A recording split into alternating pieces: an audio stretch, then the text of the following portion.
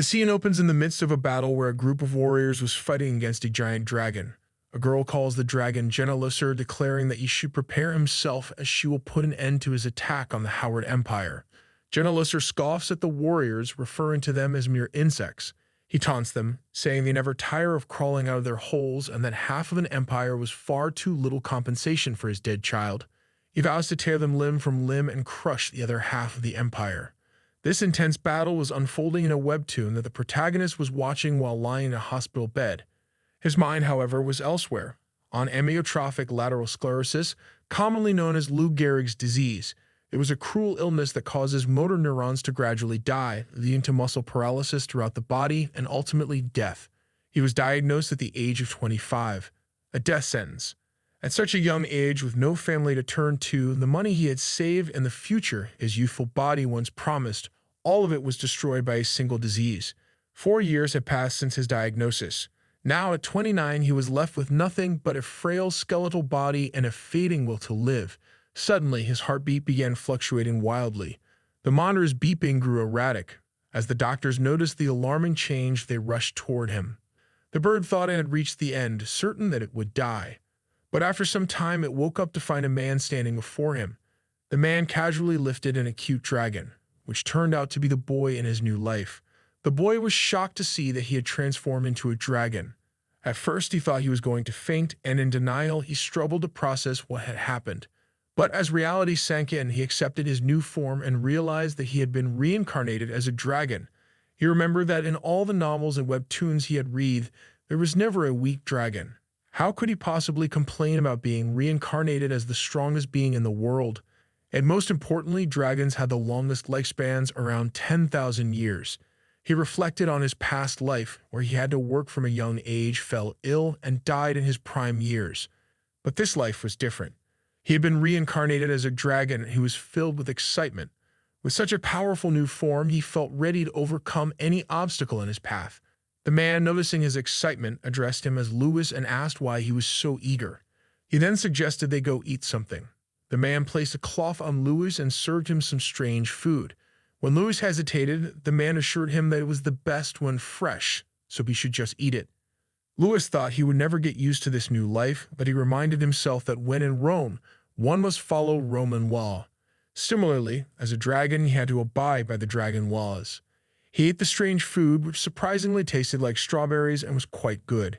Curious, he tried some more, his eyes sparkling with excitement. The man, noticing his delight, asked if he liked it, encouraging him to eat more. Louis, feeling overwhelmed by the man's kindness, commented that his eyes were so expressive. He then called the man father, though he quickly added that he didn't want any more food. The word father seemed to catch the man off guard, and he asked Louis what was wrong, suggesting he should just call him dad. Louis, still processing the situation, realized that he was a dragon, and he didn't even know the man's name. So he asked. The man revealed his name, Lucia. Louis froze, shocked. Lucia was also the name of the giant dragon in the webtoon he had read before his death. As Louis sat there in shock, Lucia stood up and asked what was wrong. Louis, frightened, quickly got up and left, muttering that it couldn't be true. He wandered to the library, still trying to convince himself that it was all a mistake. There he picked up a book and began reading. He found information about the Howard Empire, the very same empire from the amateur webtoon he used to read before he died. It hit him then. He hadn't been reincarnated as a dragon. Instead, he realized he had been possessed by the webtoon, and his story was now unfolding within it. Jean looked at Louis, asking if he was hurt. Louis thought about how gentle and caring Jean seemed as a father. He wondered if Jean, the mighty Lucia, could truly be the same man he had read about in the webtoon. In that webtoon, Jean had been portrayed as a destructive force, vowing that he could never live peacefully again because of the arrogance of humanity. He promised to flood the entire continent with blood. Louis thought that Jean must have gone insane after his hatchling was killed by a human. Curious, Louis asked Jean if he had any older siblings. Jean replied that Louis was his only child. Louis then asked if Jean was planning to have more children.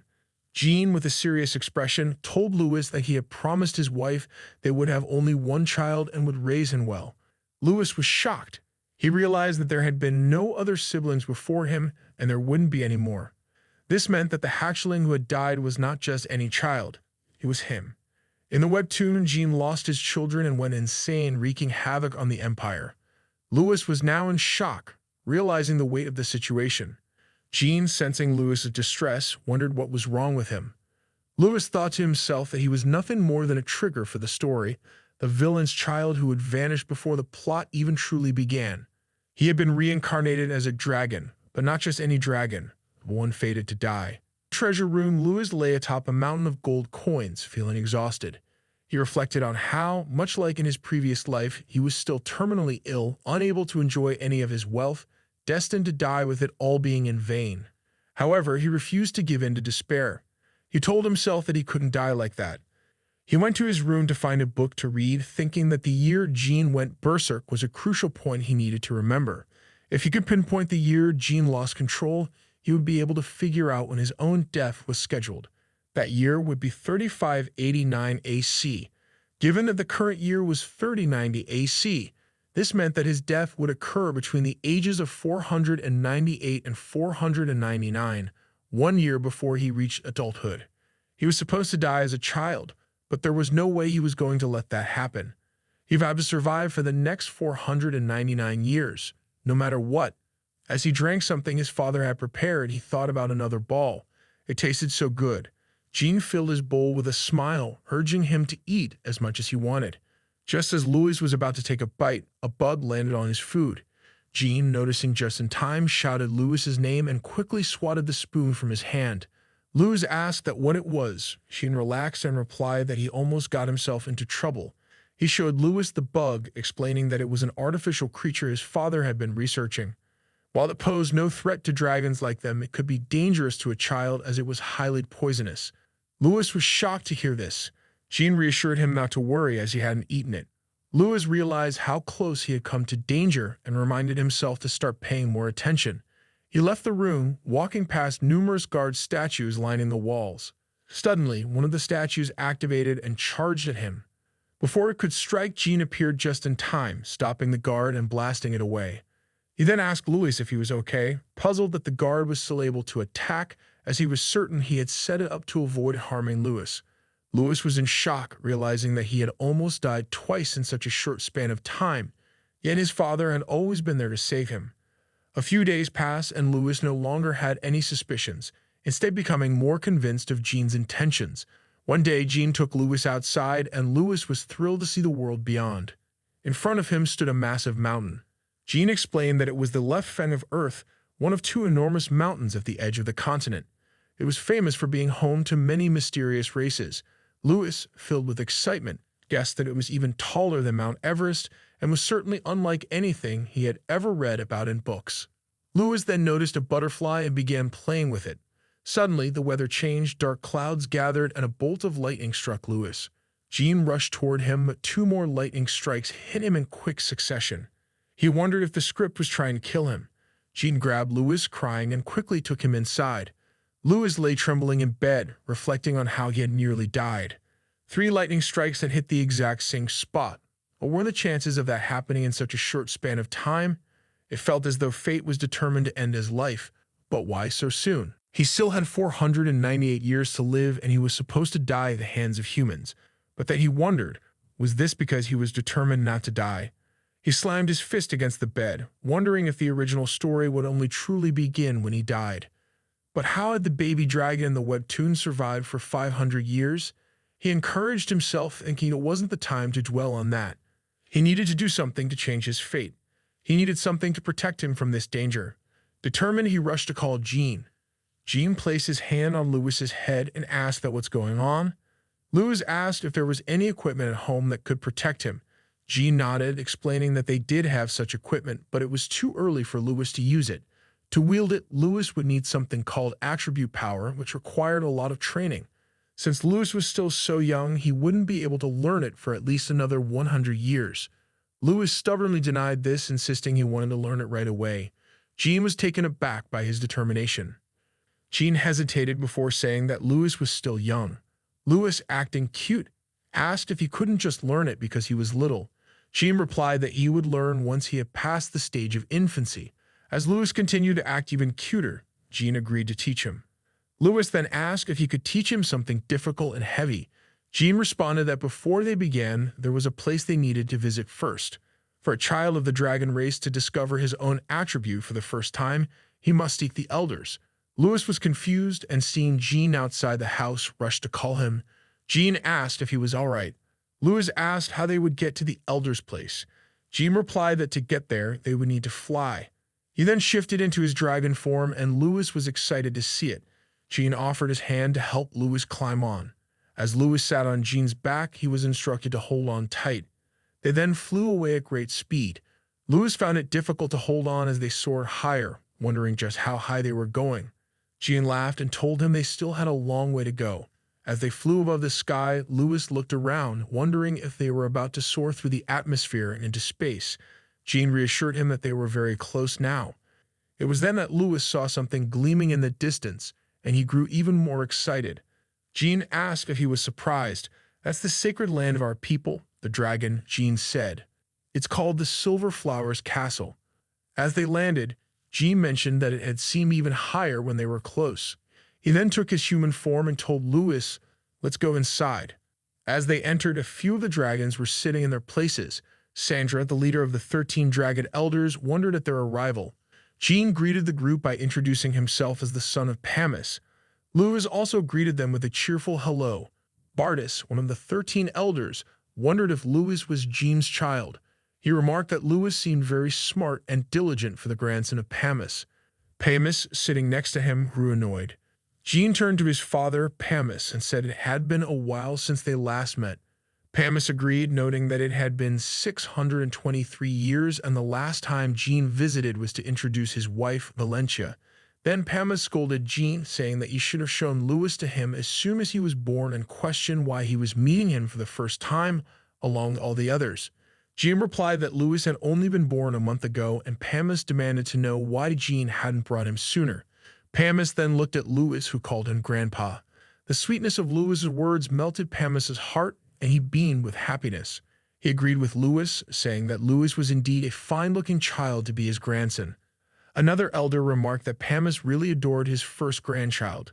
The second elder added that Pamis had been waiting for a grandchild for so long, so they should let him enjoy this moment. Sandra wondered if Jean had brought Luis to discover his second attribute, but she felt it was too early. Jean replied that he thought the same, but Luis had expressed a strong desire to learn. Pamis laughed, saying that Luis had learned well, just like his grandpa. Sandra told him to be quiet for a moment. Still, Pamis smiled and Sandra sighed, knowing that Pamis would never stop.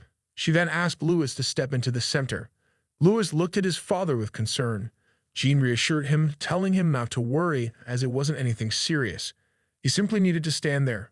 Luis complied, standing in the center, and after a brief moment, Sandra instructed to let's begin.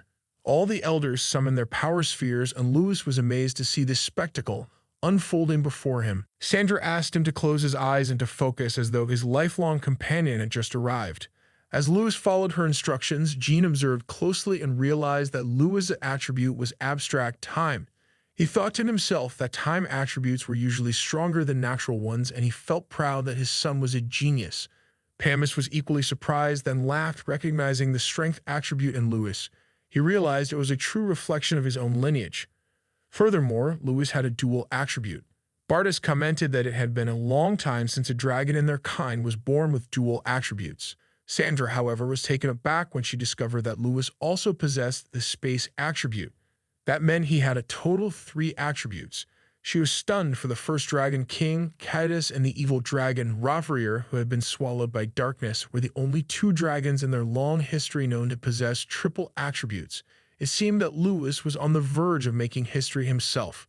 As another elder asked to examine him, they discovered that Luis also possessed the mental attribute. The 4 attributes materialized into spherical forms, and excitedly, Luis grabbed them all. However, when he looked at the elders, he noticed they were staring at him, which made him feel scared. He nervously asked that why they all were looking at him like that. Jean, too, was shocked by the attributes Luis had manifested. Jean and Luis returned home. Sitting in his room, Luis reflected on the 4 abstract attributes he possessed: time, space, strength, and mental, as well as a talent so immense that even dragons were left speechless. His potential was vast, so overwhelming that it could disrupt the balance of the original plot. With such abilities, he could possibly handle all the events in the story on his own. Perhaps the flow of the narrative had already been altered because of him, and those who sought his demise might be frustrated by their failure. However, what was the use of having the greatest talent if there was a chance he might die before even reaching maturity? But then Lewis found hope. While his talent had drawn danger upon him, it also presented an opportunity. If he honed his abilities well, his chances of survival would increase. Most importantly, he was not the same Lewis from the original story. He carried the memories of his past life, granting him awareness of the impending crisis ahead. Determined, he resolved to make the most of the two books in his possession. One contained magical skills that manipulated attributes, while the other taught martial arts that integrated attributes with the body. Now the question remained, which should he master first for the sake of survival? Lewis set aside the dilemma and decided to learn both magic and martial arts simultaneously. Meanwhile, the dragon's dead body, blessed with abundant mana and all four attributes, held great potential. With just a little more refinement, it would soon be possible to begin. Just then, his father entered the room with food, mentioning that Lewis had waited long enough and should eat now. Seeing the meal, Lewis couldn't help but drool. As the saying goes, even a journey to Mount Kumgang begins with a single meal, so he decided to eat first. Although the potions contained energy potent enough to make an ordinary being explode if consumed carelessly, dragons possess a special organ called the dragon heart. This organ allowed them to convert natural mana into their own attributes, making such a feast possible. Lewis needed to eat well and grow strong quickly. As he ate, his father noticed how exhausted he looked. That night, as Lewis slept clutching his rabbit toy, dark magic suddenly appeared, causing a fork to mysteriously fall to the ground and something strange to take shape. The next morning, Lewis woke up confused. He wonders that when did he fall asleep? He vaguely remembered eating snacks before dozing off. His father called out, telling him to get up and have breakfast. As Lewis climbed out of bed, he slipped, falling face first in front of the fork that had mysteriously appeared the night before. Lewis wondered what was happening. He had nearly died from the fork that had been stuck in the floor, and it had been so long since he'd encountered such a clear death flag. He wondered where the coherence of his situation had gone. He then noticed Toto, his rabbit, had fallen some distance away and its thread was unraveling. He picked it up and said to himself that he would ask his father to fix it, as Toto was the only one he could vent to. While Lewis ate his meal, Jean was busy stitching Toto back together, commenting that Lewis must have been sad when Toto broke. But he reassured Lewis that there was no need to worry. Jean would fix it. Suddenly, Lewis snapped back to reality confused. He wondered how he had ended up here. Jean called out, urging him to come and eat. Lewis looked at Toto, wondering when it had been fixed. He approached Jean with Toto in hand and mentioned that something felt off. Jean grew worried and asked if Lewis had been hurt. Lewis replied that he didn't feel any pain, but his memory was fuzzy, and he kept feeling sleepy. Jean smiled gently and explained that this wasn't pain. It was simply the approaching sleeping phase. Lewis was puzzled and asked how long will he slept. Jean replied that there was no exact timeline, but roughly it will be around 100 years. Lewis was shocked, and just a few days ago, he had that absurd death flag, and now he had to sleep for 100 years, and it was like they were asking me to die. He rushed off, muttering that this couldn't continue. He headed to his room to grab the book, thinking he needed to come up with a plan to stay awake as much as possible. His first strategy was to avoid eating, since a full stomach made dragons sleepy. Secondly, he would skip showers as they relaxed him. Thirdly, he would minimize physical movement to avoid exhaustion. And fourth, he had to stay far away from his bed. Just seeing it made him want to lie down. With this plan in mind, Lewis decided to stay awake for as long as he could. However, after reading for a while, exhaustion set in. As he walked, Jean appeared with food, insisting that Lewis needed nourishment. Lewis didn't want to eat, but Jean was persistent, forcing him to take at least one spoonful. Lewis then left for the library, muttering to himself that it had been a close call. He had nearly fallen asleep while eating. He started reading again, determined not to let his guard down until he found a way to resist sleep. As he read, his eyes grew heavy, and despite his efforts to stay awake, they kept closing. He tried as hard as he could, but eventually he fell asleep. After some time, Lewis woke up on the couch with Jean standing nearby. Jean asked if he had slept well. Lewis replied that he hadn't exactly slept, but had just dozed off for a bit. Jean smiled and congratulated him. Lewis, puzzled, wondered what his father was congratulating him for. Jean then mentioned that they would be celebrating Lewis's 100th birthday, which left Lewis in shock. 100 years later, Jean brought snacks to Lewis in the library only to find that he was sleeping. Jean thought to himself that Lewis must have fallen asleep while reading that adorable book. Jean gently moved Lewis to his bed, muttering that if only he had eaten more before sleeping, this wouldn't have happened. But since Lewis was already asleep, Jean hoped he would wake up safely. Jean placed a hand on Lewis's head, whispering good night and he will see Lewis next day. He then returned to his work in the library. Suddenly, he heard a noise coming from Lewis's room. Rushing to check, he found Lewis still asleep in bed, while a shelf had fallen nearby, though not directly on him. Jean asked if he was hurt at all. Lewis remained asleep. Jean stood up, noting that there was no sign of a breach in the room. The legs of the shelf, made from noble parrot and wood, had simply broken for no apparent reason. Jean couldn't help but think back to the decades that followed, during which countless mysterious incidents occurred. It was as though someone was trying to kill Lewis. Over and over again, Lewis had come close to dying. Jean didn't know why these things kept happening to his son. So as a precaution, he had implemented safeguards in every way he could. Despite everything, it didn't matter to him. His own lifespan was insignificant as long as he could keep Lewis safe.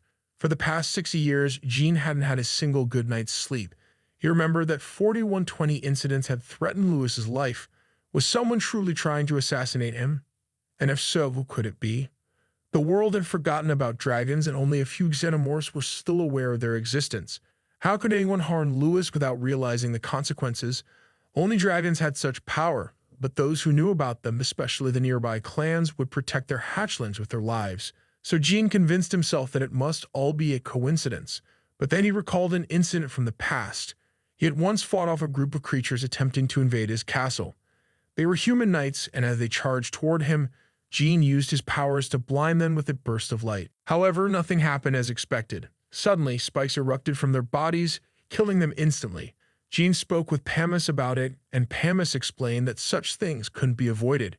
Genius will always face many obstacles, trials, and regulations. Lewis will face similar challenges in the future, just as the first Dragon King did. Jean wondered if this was true. Was Lewis's talent so overpowering that others were trying to remove him? But no matter what it was, whether fate or something else, Jean made a vow. He would protect Lewis from anything. The scene shifted to the present, where Lewis was staring at his reflection in the mirror. He had grown a bit, but he was frustrated. He had been asleep for 100 years, and in all that time he had only grown a little. He hadn't paid much attention before, but now that he realized how much time he had lost minus 100 years of his life, it made him angry. And yet, he was still alive despite coming close to death daily.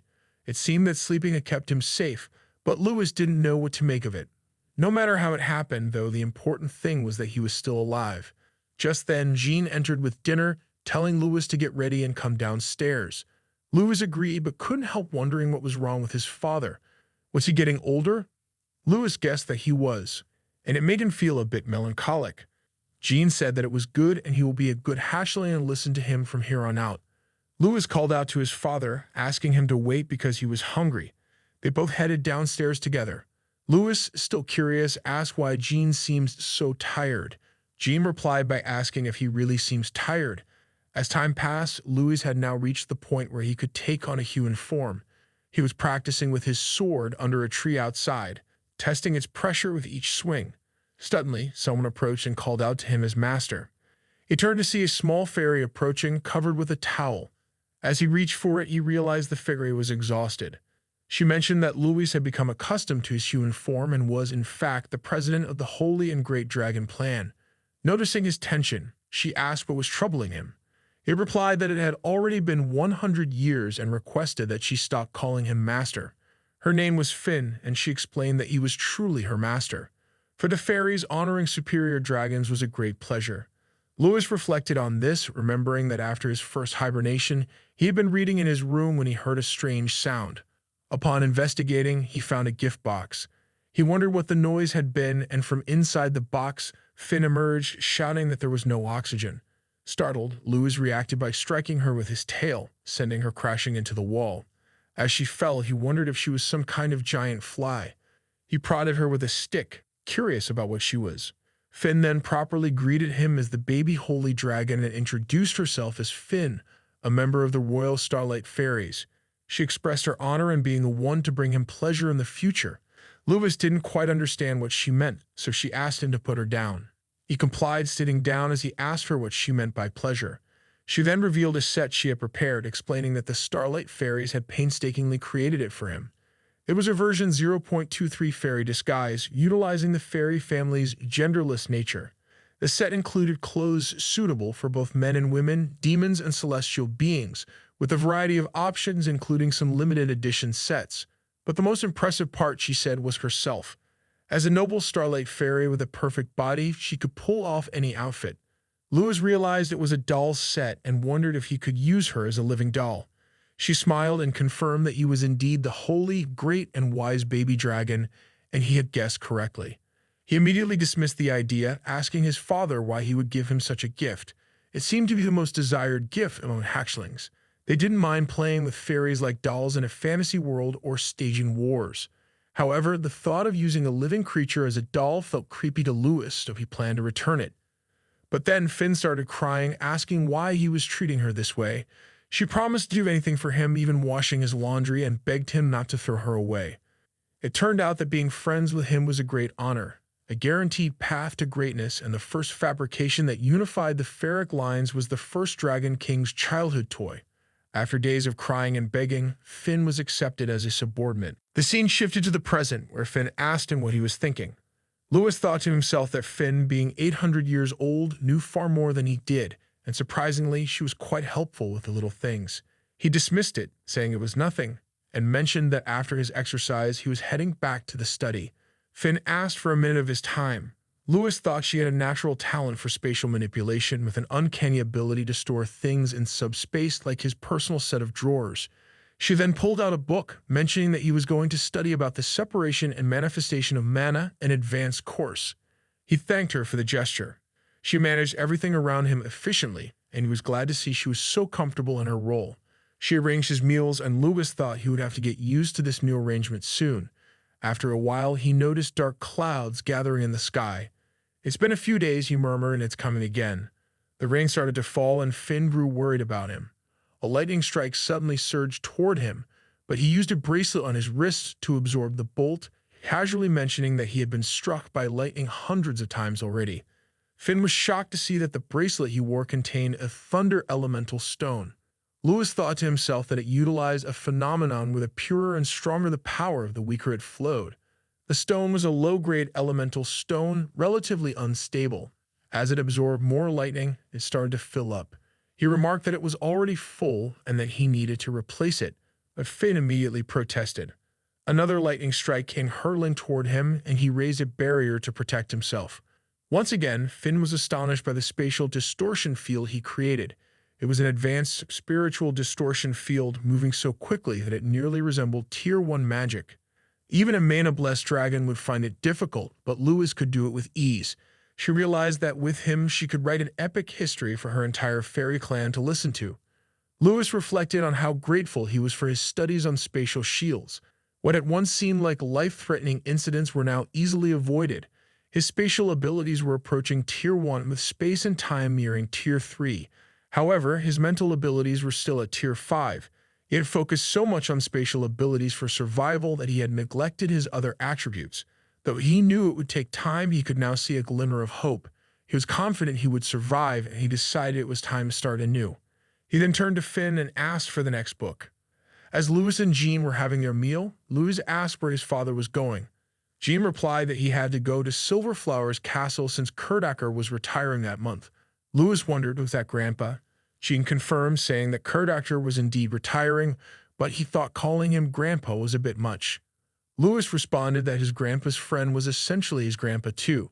Jean seemed to think it was all a bit too much, but Lewis asked why Jean needed to go there. Jean then revealed that he would be taking Kurdaker's position. Jean looked pleased, proudly stating that his father was very powerful. He added that if Lewis said so, that it must be true. Lewis reflected on this, realizing that he wasn't the only one who had grown over the years.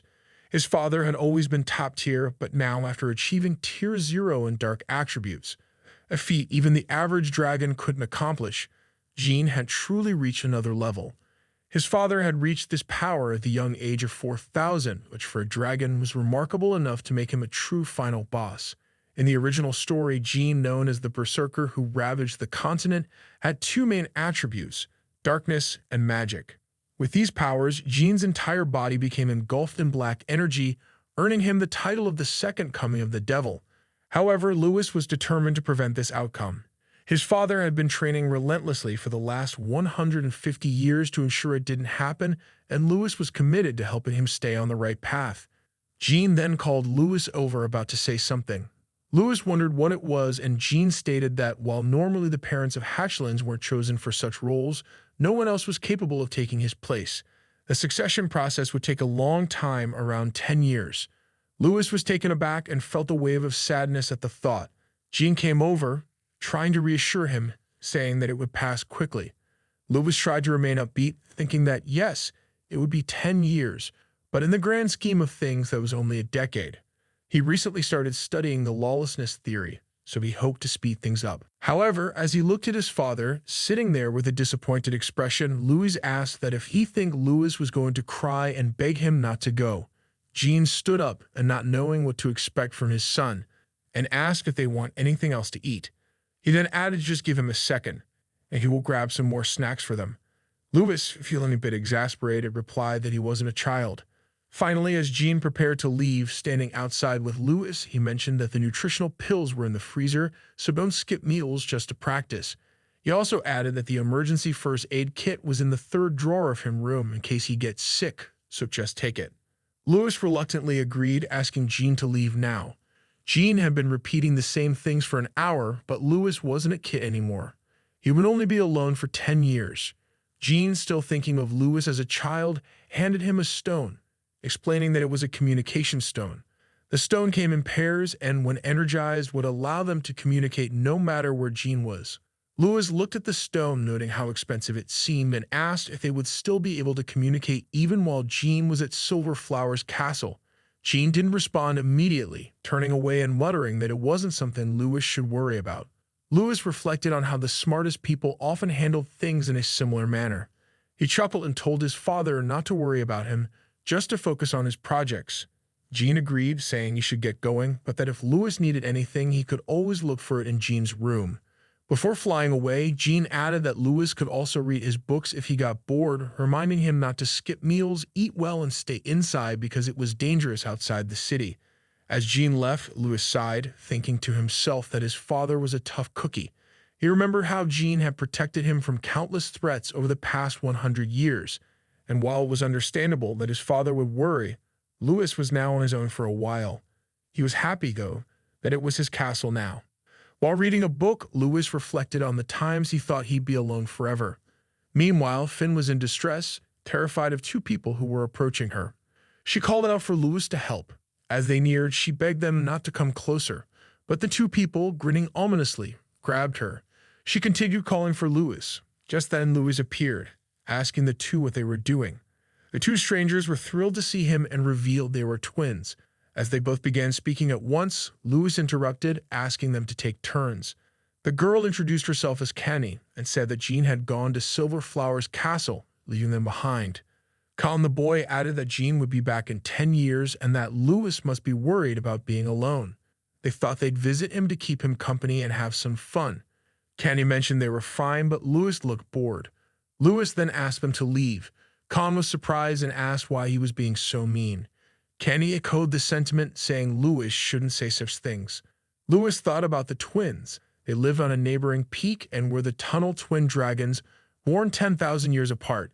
He was frustrated because, for some unknown reason, his father had introduced them to him. He had initially found them cute with their silver hair and chubby cheeks, and had even enjoyed playing with them for a while. But now they kept showing up without him asking, harassing him in his own space. He thought he would finally be able to practice on his own. He wondered why his father had put him through this. The twins, oblivious to his irritation, mentioned that they had come to play because they thought he'd be bored. They seemed disappointed when Lewis acted coldly toward them. Khan then pulled out his sword, saying he'd brought toys for Lewis. Lewis immediately rushed over to take it, recognizing the sword. He asked that where did they get this. The twins were confused by his question, not understanding why Lewis was so concerned. Khan explained that he had taken the sword from his father's storage room. Cammy agreed with his statement. Lewis then asked that if they get permission from Uncle Carol's. When neither of them responded, Lewis understood that they had sneaked it. He examined the sword and noticed it was a magic sword with a special attribute stone that contained far more power than he had. At the top of the grip, there was a magic circle, and he asked Finn what she thought of it. Finn replied that the sword was broken and had lost its function. While she didn't know exactly what had happened, she recognized it was a very high-level spell. She had seen many subspace swords and staffs like it, but the complexity of the circle suggested the subspace contained a very large volume. Lewis wondered about it and decided to test it for himself. He thought that since the sword had come from the dragon's treasure trove, there must be something extraordinary hidden within the subspace, and he was determined to claim it. A few hours later, Khan and Cammy were lying on the floor, bored, while Lewis sat focused on fixing the sword. They both wondered when the process would be over. Finally, Lewis announced that he had fixed it. Everyone became excited, and Cammy asked him to test it. Lewis said he would first push the elemental power, and as he did so, he was surprised by how much more energy there was than he had anticipated. He wondered what could be stored there. The energy began to accumulate, creating a portal-like formation. Lewis suspected it was the subspace. The portal then opened, pulling all four of them into it. They were summoned to a high point in an icy cave and all fell to the ground. However, Finn was fine, having flown gracefully. She asked if everyone was okay. Lewis looked around, confused, and asked that where they were at, is this a cave? As he examined the sword, he noticed that the magic stone had broken down. Khan started crying, realizing that Lewis had broken the sword. Lewis explained that it was not a sword, it's an attribute stone. But Khan only cried louder, upset that Lewis had broken the attribute stone. Lewis then turned to Cammy and asked if she knew who this sword belonged to. Cammy replied that she had heard it belonged to her great-grandmother. Lewis wondered if her great-grandmother had been a spatial mage, but Cammy didn't know anything about it. Lewis grew concerned. He realized that to use this sword effectively, he needed to understand its purpose and how it worked. From a distance, Finn called out to them, mentioning that there was something ahead. They all went to check, and it turned out to be another sword. Lewis observed it and said that it isn't a subspace treasure trove, but rather an interdimensional gate that connects two different places. Finn agreed, saying she had suspected the same. Lewis felt that he should have been more cautious and less complacent. As he began to move, Cammy asked that where he was going. Lewis replied that he needed to find out where they were so they can get back home. He began walking ahead, motioning for them to follow. They moved ahead and soon encountered a terrifying obstacle blocking their path. Lewis decided to use his power to blast it away. As Khan and Cammy continued forward, Lewis noticed the snow around them and felt the biting cold. He pressed on, determined to move ahead, but Khan called out, asking that where he was going. Lewis was surprised to see what lay outside. The others came over to join him, and Khan wondered aloud, "What's going on?" Finn, too, asked Lewis that what happened. Lewis stared at the distant mountain, contemplating if it was the Earth's right fang. Khan was shocked by what Lewis said and asked that what do he mean. Cammy explained that Lewis was referring to the left fang and they had ended up at the Earth's right fang. Lewis reminded everyone that the world was called Evan, which was divided into 4 continents, each with a consistent climate throughout the year. The spring continent had mild weather year-round. The December continent, with its tropical-like climate, was constantly scorched by the sun. The autumn continent experienced a cooler climate with abundant sunshine, and it had been enjoying bountiful harvests for centuries. Finally, there was the winter continent, known for its cold, harsh climate, bitter winds, and heavy snowfall. After describing these continents, Lewis mentioned Jean's home, the Naki Mountain Range, located at the westernmost tip of the spring continent. He explained that they were at the complete opposite end of the winter continent, near the right fang of the earth, situated at the easternmost tip. Jean was overwhelmed with emotion upon hearing this. While he could accept the idea of reincarnation, he wondered whether he could endure it. Constantly feeling threatened by the outside world, full of dangers, was daunting. He hadn't intended to leave the house, but now he feared what might happen if someone discovered he had disappeared from the castle. What if his father had turned into a berserker? Jean took out the communication stone and guessed that it wouldn't work for long-range communication. He called Finn and asked whether it would be possible to cross the East Sea. She responded that it was not. The East Sea was a demonic sea, the legacy of the worst evil dragons. It separated the winter continent from the spring continent. a dangerous place where all sorts of demons lurked and even adult dragons avoided it. Despite Lewis being chosen by the four elements, at his age, crossing the sea was impossible. Lewis nodded, acknowledging this, but he had only been asking out of curiosity. He then asked how long it would take to cross the continent and reach the left fang. Finn wasn't sure, but if they walked, it would take about 10 years. Lewis thought to himself that if he hurried, he might return before his father came back. He then called the twins' brats and told them they were in deep trouble. The right fang, located at the eastern edge of the winter continent, was a 10-year journey on foot. Cammy suggested they fly. Lewis sarcastically asked if she wanted to get kidnapped. Cammy, confused by his response, asked for clarification. Lewis firmly stated that they wouldn't fly, it would travel like humans and take 10 years to get there. Khan raised his hand and asked, "What if they don't make it back in 10 years? Lewis, trying to sound intimidating, replied, "If their father isn't back by then, and they were still not found, he will set the entire continent on fire searching for them." Cammy then asked why they would do that. Lewis, thinking they weren't behaving like humans, replied that they were going to beat the crap out of them. He added that they might not buy them any snacks or toys for 100 years. The twins immediately grew worried. Lewis couldn't help but think that their snacks and toys were more precious to them than the well-being of the entire continent. He stated that they just needed to get home before their fathers returned, and from that point on, he was in charge. He told them to listen to him. Cammy and Khan immediately started fighting for the position of leader. Lewis, irritated, told them that leadership should go to the smartest dragon. If they thought they were smarter than him, they were welcome to try. Both Cammy and Khan pointed out that Lewis was younger than them. Lewis retorted that they were just children who had escaped, and besides, he was taller than them. Cammy was only a month older, and Lewis had claimed the title of boss because he said so first. The three of them bickered, while Finn watched them, commenting that they had a long way to go. After a moment, Lewis firmly declared that he would be the leader from now on and that everything was settled.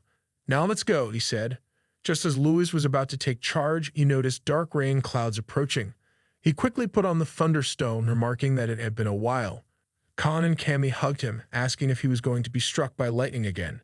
They jokingly added that they wanted to be struck too. Lewis pushed them away, thinking they had no idea how bad it was to be struck by lightning. Despite his efforts to push them off, they held on to him and he warned them not to let go. He felt that the lightning this time would be stronger than before, so they would need to brace for what was coming. But nothing happened. They all stood there confused. Lewis wondered if the lightning bolt had missed. Just then, he heard a noise and turned around only to be shocked by what he saw. A massive snowberg was falling from a great height. He was worried about it, but Khan and Cammy were excited, thrilled by the sight of so much snow. Lewis quickly lifted both of them and started running, urging them to transform quickly. The snow was dangerously close to them. Lewis used his power of disconnection to encase the three of them in a protective box, and with the pressure of the snow, they were carried away. Cammy and Khan were thrilled by the experience. After a while, they all emerged from the snow. Lewis, shaken, commented that he thought he was going to die. Both twins, still excited, said it was the most fun they'd had and asked if they could do it again. Frustrated, Lewis hit them both and told them to grow up. He then wondered where the avalanche had brought them. Looking around, he saw that the roads were completely covered by snow, leaving them unable to recognize their location. No wonder they couldn't tell where they were. Meanwhile, the twins were still having fun, with Khan saying it was like a giant snow pool and getting ready to dive in. Cammy, finding it equally exciting, was about to dive in too. As they were playing, Lewis called them out, telling them to come out because they had a long journey ahead. When no one responded, he became angry and wondered what kind of prank they were playing. He approached the spot where they had dove in, but as he went to step, he suddenly fell in. Panicking, he grabbed Finn and asked her to fly him out. Finn assured him that it would be easy, but as Lewis slid down, he wondered when it would stop. Finn urged him to look ahead. Lewis then saw a cliff and realized he was about to slide right off it. In that moment, both Cammy and Khan, now in dragon form, swooped in to lift him up. They set him down safely and returned to their human forms, laughing and commenting on how fun it was. Lewis, now with a bit of respect for them, remarked that he was starting to admire them. Finn agreed, nodding her head. Lewis, still a bit bewildered, wondered where they were. Finn observed that it didn't look like a natural cave, but rather a man-made corridor. Lewis agreed, saying it was his first time there, yet the place felt oddly familiar. He couldn't shake the feeling that he had seen it before. Finn asked what they should do next. Lewis suggested they take their time and think carefully, as rushing might take them further from the exit. But the twins, full of energy, rushed ahead, convinced they might have found the exit. Lewis warned them to slow down and was about to remind them to listen to the captain when he noticed that the twins had stopped moving. Wondering why, he approached them and saw that they were staring ahead. Cammy pointed and asked that what were those. Lewis looked up and was shocked to see knights standing before them, led by a terrifying figure with glowing eyes that glared at them. The sight of the knights and the ominous figure left them all frozen with fear. Lewis wondered who these mysterious figures were. Finn suggested that there were more of them than they initially thought. As they stepped forward a bit, Khan asked if they were truly human. Cammy called him a fool, pointing out the humans didn't have red light in their eyes. Lewis, still unsure, wondered if they were the Winter General's forces. Before the webtoon story had begun, the heroic King Valentia had saved everyone from a world crisis. Afterward, even in the afterlife, he was said to be guarded by the overworked Winter General, who was believed to appear near the ice tomb of the great hero king. Lewis realized the place they were in was not far from his home, and it seemed like a coincidence. He then recalled that if this was truly the king's tomb, it could also mean that items from the webtoon could be here. Finn called out, warning that the enemy seemed a bit too aggressive. Lewis, unfazed, called to Khan and Cammy, telling them to take care of the attackers. The twins nodded and rushed into battle with their swords. Khan leaped forward, announcing that he would go first. As he swung his sword at one of the knights, the knight tried to block with its weapon, but Khan's strength was so immense that he broke the weapon and cleaved the knight in two, killing it instantly. Cammy, slightly disappointed, pouted because she wanted to go first. Another knight attempted to attack her from behind. Cammy swiftly turned around and unleashed several slashes, blasting the knight away. Lewis observed their battle and remarked that they were doing well. He noted that their strengths seemed to be on par with the second-tier samurai. He no longer doubted their abilities, but to speed things up, he decided to use his temporal law skill to slow down time. With this power, he also tied the weapons of the remaining enemies, making it difficult for them to lift their weapons. Khan quickly realized the enemies were slowing down, and Cammy deduced that Lewis must have enhanced their weapons with his temporal crystal. Khan grinned and said that if that was the case, they should take advantage of the situation and finish them all off. The twins rushed forward, attacking with incredible speed. Quickly dispatching the remaining knights, Khan laughed and remarked that they were popping like popcorn. Finally, only one knight remained, looking terrified. The twins worked together to blast it away, and with that, all of their enemies were defeated. Khan sighed, feeling a little down. Is it really over already? He wondered aloud. Cammy, equally unimpressed, declared she was bored. Lewis, ever the strategist, praised them both for their skills, but then asked that didn't they too want to try something a bit more fun? The twins looked at him in confusion, unsure of what he meant. Finn made the arrangements for tea for Lewis, and he mentioned how delicious it was.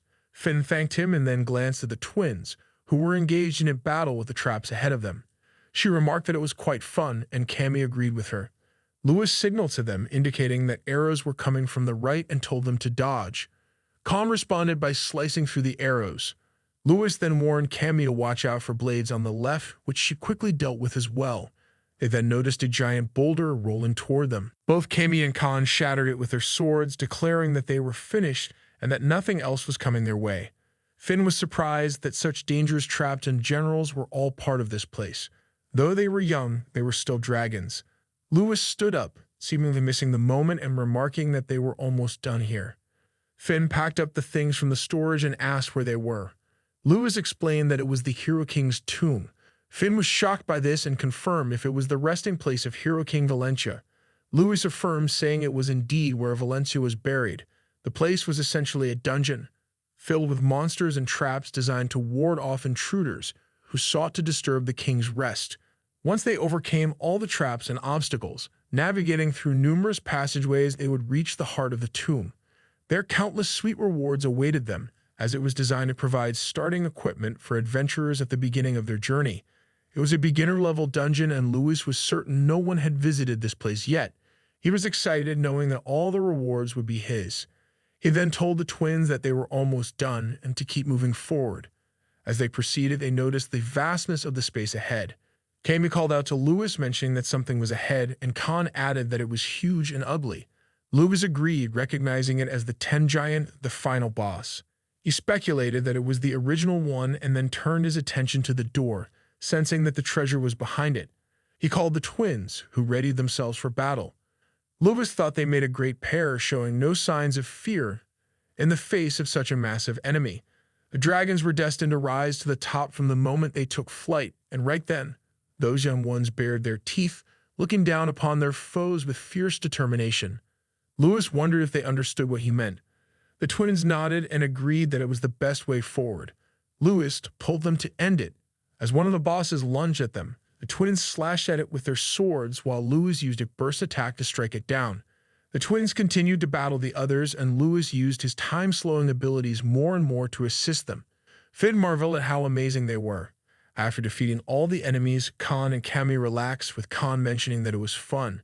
Cammy, feeling satisfied, said she was going to get a good night's sleep. Luis suggested they go check the reward. Cammy and Khan eagerly asked him to open the gate. As Luis opened it, they were greeted by a vast treasure trove. Khan quickly entered, remarking that there was more treasure here than in his father's entire storage room. He dove into the mountain of gold coins, enjoying the sight and feel of it. Cammy and Finn watched the coins in awe. Finn called Luis over to look at the treasure, but she found that he had already moved ahead to see the resting place of Hero King Valencia. Finn remarked that so many years had passed, yet Valencia was still alive. They noticed something written on the board, and Luis wondered if it was in the ancient winter language. He'd recalled the words. From the origin, the creatures of light and darkness were born. They were designed as good and evil. As the remaining light and darkness intertwined, chaos ensued. In the midst of this turmoil, a distinct boundary emerged, separating the good from the evil. Then the earth was created, and they were born from both sources, the good and the evil creations who called themselves exalted beings. These beings were unaware of the world below and only dreamed of dominating each other. The conflict between good and evil caused suffering for all the other beings on Earth. Eventually, those on Earth who could not bear it drew their swords against the good and evil. The dragons led the way, followed by humans and half-breeds. After much struggle, the victorious earthly beings scattered to the continents of the four seasons. With time, they forgot about the good and evil, and the dragons took up the task of vigilance. But the Hero King Valencia warned everyone that the dragons who sacrificed themselves for peace would return to the world, as would the forces of good and evil. They would bring the chaos once more. As the last generation who had heard of the war, he left the responsibility to them, asking them to pass down the story. Luis wondered if a demonic war truly took place in the original universe. He was frustrated that the king had left such a task to them. He then looked at the book placed there and thought it was the Book of Lawlessness of Hero King Valencia. Valencia was an unorthodox genius who reached the zero tier in the human body. This theoretical book contained everything Valencia had accomplished in his life. It was not an exaggeration to say that, compared to this book, all the treasures in the world were insignificant. Luis glanced at the treasure mountain and thought it would be a shame to leave it behind. He decided to take some for himself. Just as he was collecting a few, the barrier that had sealed Valencia broke. Shocked, Luis muttered, "This was ridiculous." Valencia was awake. Valencia glared at him, and Luis thought, this wasn't mentioned in the original story. Valencia moved toward him, clearly asserting that he was not the property of anyone. The twins, shocked, rushed to Luis, asking that what was that. Luis replied, "That's Hero King Valencia." Ken was taken aback by this revelation. Luis confirmed, saying Valencia was a Tier 0 warrior, so we can't deal with him right now. Khan was astonished to hear that a human could be a Tier 0. Luis quickly suggested to let's transform into dragons. Valencia's voice cut through the tension as he said that for the greedy ones only death awaits. As he prepared to attack, Luis felt a surge of fear and thought he'd have to run, but his legs trembled and refused to move, and was that the effect of a Tier 0. He looked at the twins, who seemed equally worried. This isn't the time to be ridiculous, Luis thought, and had he trained that much just to die here? Then he gathered his strength, determined not to give up. As Valencia moved in for the attack, Luis countered with his own power, shouting, "I want to live." He was surprised to find that his attack actually struck Valencia. For a moment he thought he had the upper hand, but before he could celebrate, Valencia's sword struck him with deadly force, the pressure from the blow even reaching Finn. After the attack, Finn looked around, noticing a giant gap separating them. Worried about Luis, she called out to him. Luis stood there, alive, and wondered if he was truly still alive. Finn rushed to hug him, crying in relief that he was fine. He then wondered how he had survived. He looked around at the destruction caused by Valencia's attack. Cammy then called out, asking Lewis to look up. He was shocked to see that the ceiling of the cave had been split by that sword strike. He wondered, can a single human really do that? Then Lewis speculated that Valencia must have changed the direction of his slash at the last moment. Valencia lowered his sword and, addressing them as young dragons, told them to protect. Lewis was confused, wondering what he meant by protect them and what it all meant. Valencia told them to leave and be careful. Lewis questioned what he had just said. The tomb began to collapse, and Finn urged Lewis to move to get them out of there. Lewis hesitated, then saw Valencia begin to disappear. The twins were terrified, wondering if they were going to die. Lewis realized it wasn't the time to hesitate. He transformed into his dragon form and ordered them to get up as well. The twins transformed into dragons and they fled the collapsing tomb. Lewis urged them not to fall behind. As they flew, Finn suddenly shouted for Lewis to look ahead. A massive ice shard was heading toward them. Lewis used his reality split ability to break it into small pieces. They saw a pathway leading upward and rushed to escape. Once they were safely flying in the sky, Khan spoke up, saying he thought they were going to die down there. He wondered what had happened inside. He was certain the Hero King was going to kill them, but stopped himself. If he hadn't, they might all have died. Lewis reflected on what Valencia had said about dealing with intruders and wondered why he'd stopped. He was more curious about what the Hero King had been trying to say before he disappeared. But for now, Lewis was just glad they had survived, and that he had even managed to take the book he wanted. Finn then called out to Lewis, telling him that the twins were still struggling. They were scared, and Lewis suggested they find a place to rest. They all shifted back to human form and landed on the snow-covered ground. Lewis reassured them, saying, "I think we're going to survive." The twins were still crying, and Lewis realized that though he had been surprised too, the youth had made the experience all the more terrifying for them. He handed them both a pill, saying that they were definitely out of mana. The twins took the pill, and Lewis thought about how he was out of mana as well. He hadn't run out like this since his reincarnation. He then lay down, spreading his arms out, and said, "It's time to rest." The twins crawled over to use his arms as pillows and slept together. Finn looked at them and said, "We should all get some rest." The next morning, both twins were excited to play in the snow and were tossing snowballs at each other. Lewis asked if it wasn't getting boring since it had been snowing everywhere since the previous day. Finn replied that considering everything they had been through, they were still full of energy. Lewis agreed but thought that Finn just wanted to praise the dragons. He then turned to look at the Fang and remarked that they had reached a deserted area where there wasn't even a house. He wondered if there were any monsters on the winter continent, as they hadn't encountered any so far. Finn disagreed, explaining that the winter continent actually had more monsters than any other, and due to the cold climate, food was scarce. He added that there were countless stories of monsters hunting humans for food. Lewis asked why they hadn't seen any monsters on the way down. Finn suggested it might have been because of the 3 dragons traveling with them. No monster was brave enough to approach. Lewis mentioned that there was no need to hide their aura for now. Suddenly, Khan pointed into the distance and called Lewis' attention to some smoke. Lewis was excited to see it and immediately suggested they go investigate. As they approached, they discovered a small village was on fire. Finn expressed concern, suggesting the village had been attacked. She asked what they should do. Lewis suggested they head down there, as there might be some survivors. He went to check and found monster corpses, confirming that it was indeed a monster attack. Finn joined him and asked if he had found anything. He replied that he didn't think there were any survivors. Then the twins arrived and mentioned there was nothing left and they were still hungry. Lewis handed them some pills, telling them it had been a long day and they should eat. Just then, they heard footsteps. Lewis noticed a few knights walking in their direction and quickly took the twins to hide behind a nearby house. Cammy wondered why they were hiding, and Khan asked if Lewis was afraid of humans again. Lewis replied that he wasn't afraid of them, but he didn't want their dangerous situation to get tangled up with random events. He told them to hide their aura and emphasized that they needed to be careful not to get caught. The leader of the knights arrived on horseback with a carriage following behind. The knights reported that it appeared to be a monster attack, and there were no survivors.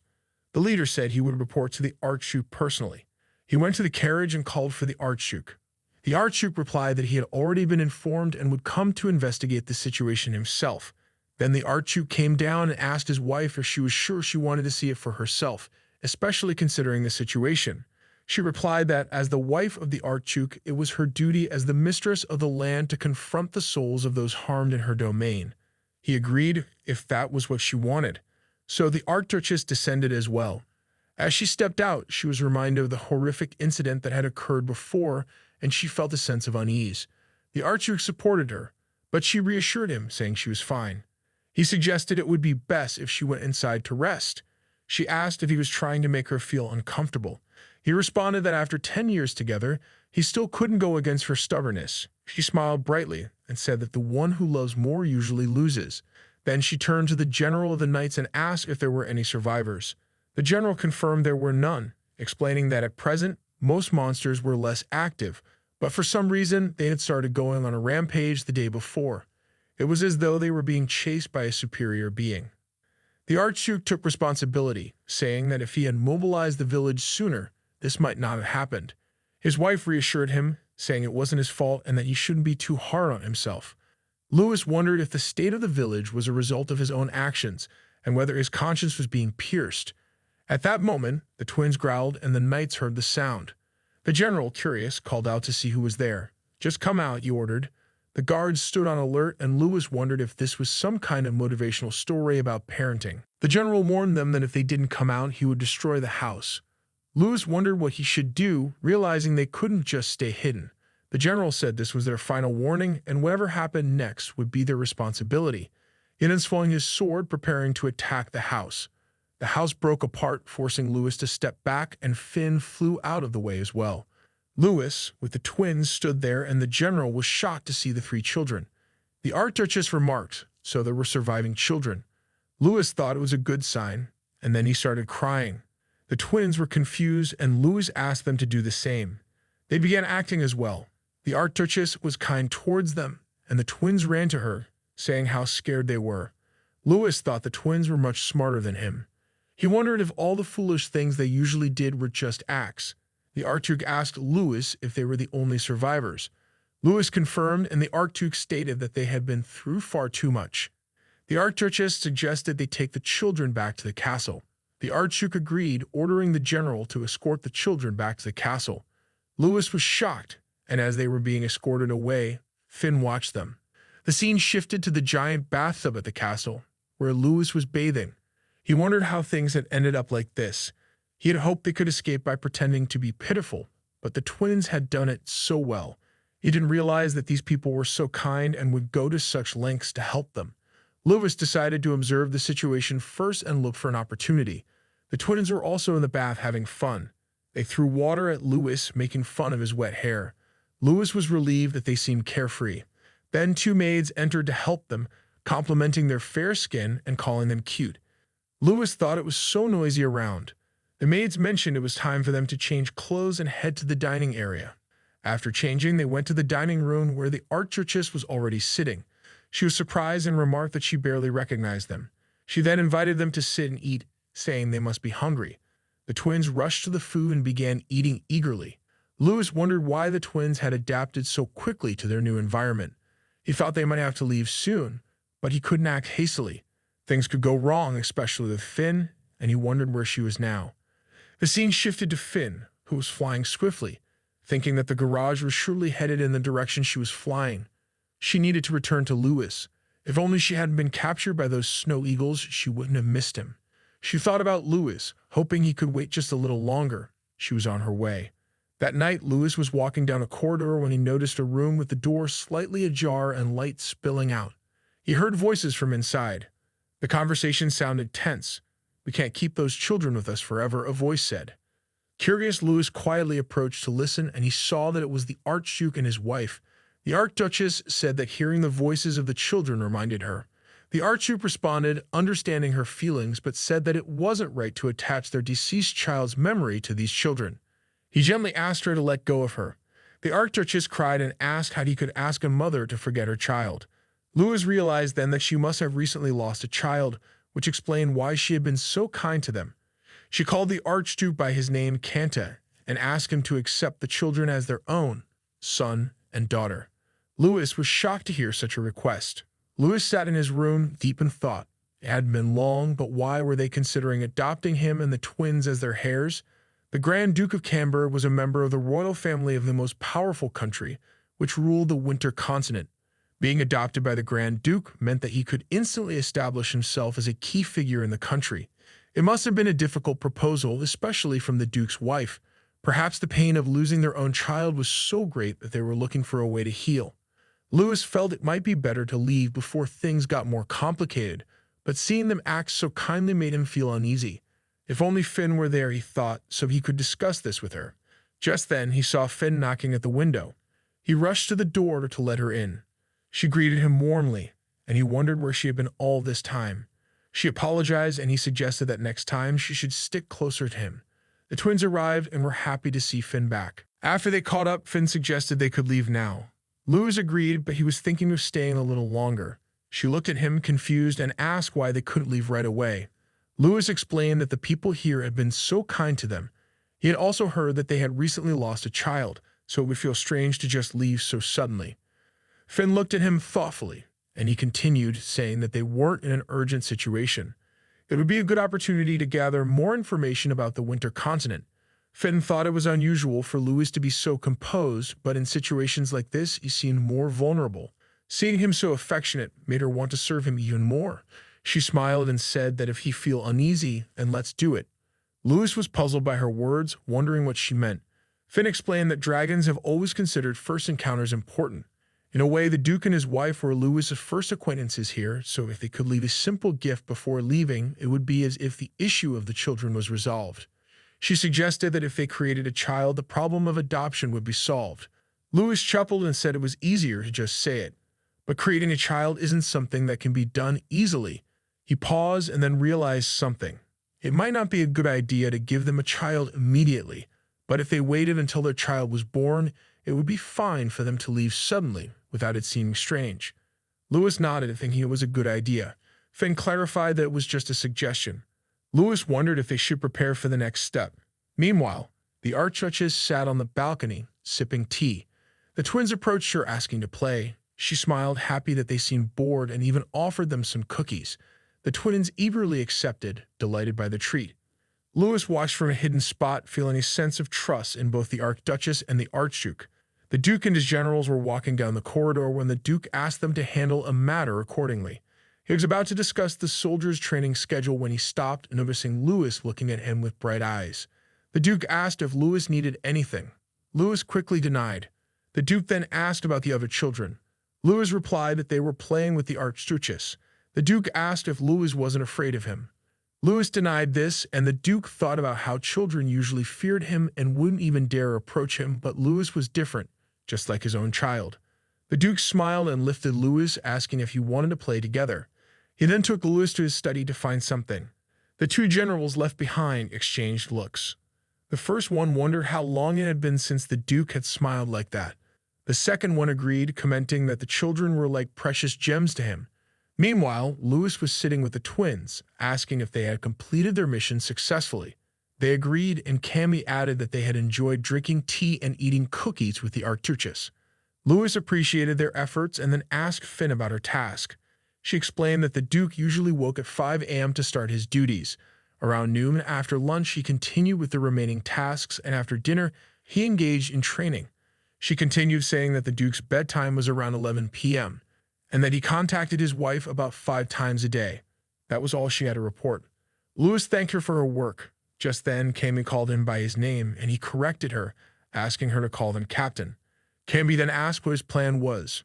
Shin Khan wondered what making a child had to do with his plans with the Archduchess. Lewis replied that it was precisely why he couldn't deal with the kids, even though they were younger than him. He explained that the couple needed to be encouraged to have a child, and that the Duke and his wife were emotionally distant due to the recent loss of their child. If they spent time laughing and enjoying themselves with the children, it would help lift their spirits. Slowly their sadness would fade, and they'd grow more comfortable with each other. Lewis added that then one night the history will be written. Khan and Cammy were confused and wondered what kind of history would be written that night. Lewis simply said there were things like that, but the kids didn't need to know about it. He then picked up a book and wondered aloud, should they start for real? Finn wondered about the ship that contained the alchemy formulas for the elixir and its purpose. He replied that he had found it in his father's library while searching for ways to enhance the elixir's effects. He had experimented with numerous elixirs but was caught by his father, who scolded him, and the research was subsequently sealed off. Finn thought to himself, who would have thought that my research to overcome my time-limited life would end up being useful like this? He had discovered an elixir of ecstasy that helped couples overcome boredom, along with a quick solution. He opened an empty wardrobe and asked the twins if anyone was looking for him. They both replied that they didn't know, and Finn continued. He then used his expansion skill inside the wardrobe to create a large space, one that seemed both sufficient and earnest for his needs. Later that night, Finn sneaked into a lab, hiding under a container to ensure no one was around. After lifting the container and confirming no one was nearby, she retrieved the elixir, recalling Louis' instructions to sprinkle it on the ingredients the Grand Duke and his wife would consume the next day. Louis had specifically reminded Finn to remember to spread the potion on the ingredients they would eat. Finn wondered how Louis had known exactly which ingredients they would be eating the following day. She carefully sprinkled the elixir over everything, noting that they were making bread, so she made sure to sprinkle it on the grains as well. Using her magic, she spread the potion over the grains, and with that, her mission was complete. She hurried back to report her success. The next evening, Louis observed the Duke and his wife's bedroom from a distance. The light was still on, and he thought to himself, if Finn followed my instructions, the food they ate today should have contained the elixir. At that moment, he overheard two maids talking as they walked by, and he hid to listen. One lady mentioned that Dennis had suddenly confessed his feelings. A second lady seemed excited, imagining the reaction of the first. The two maids continued their conversation as they walked away, and Louis relaxed, murmuring that it's almost time. Inside the Duke's bedroom, the Duke was standing close to his wife. She felt something was off and wondered why her heart was pounding so much that day.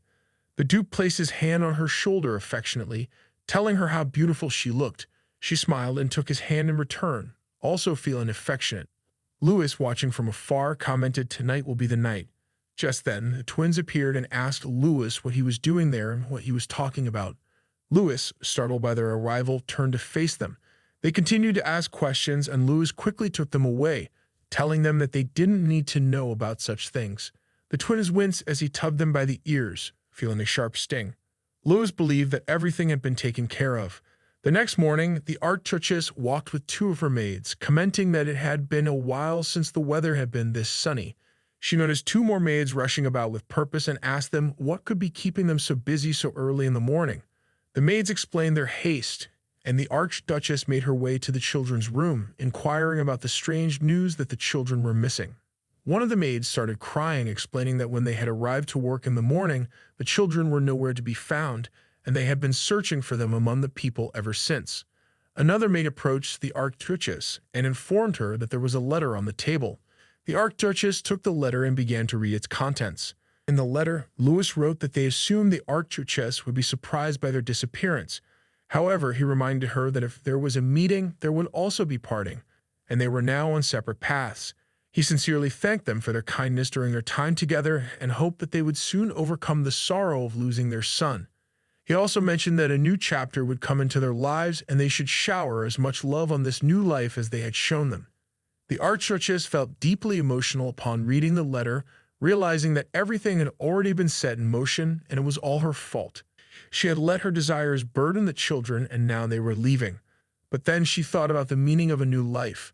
A few weeks later, a man delivered good news to the Duke and his wife.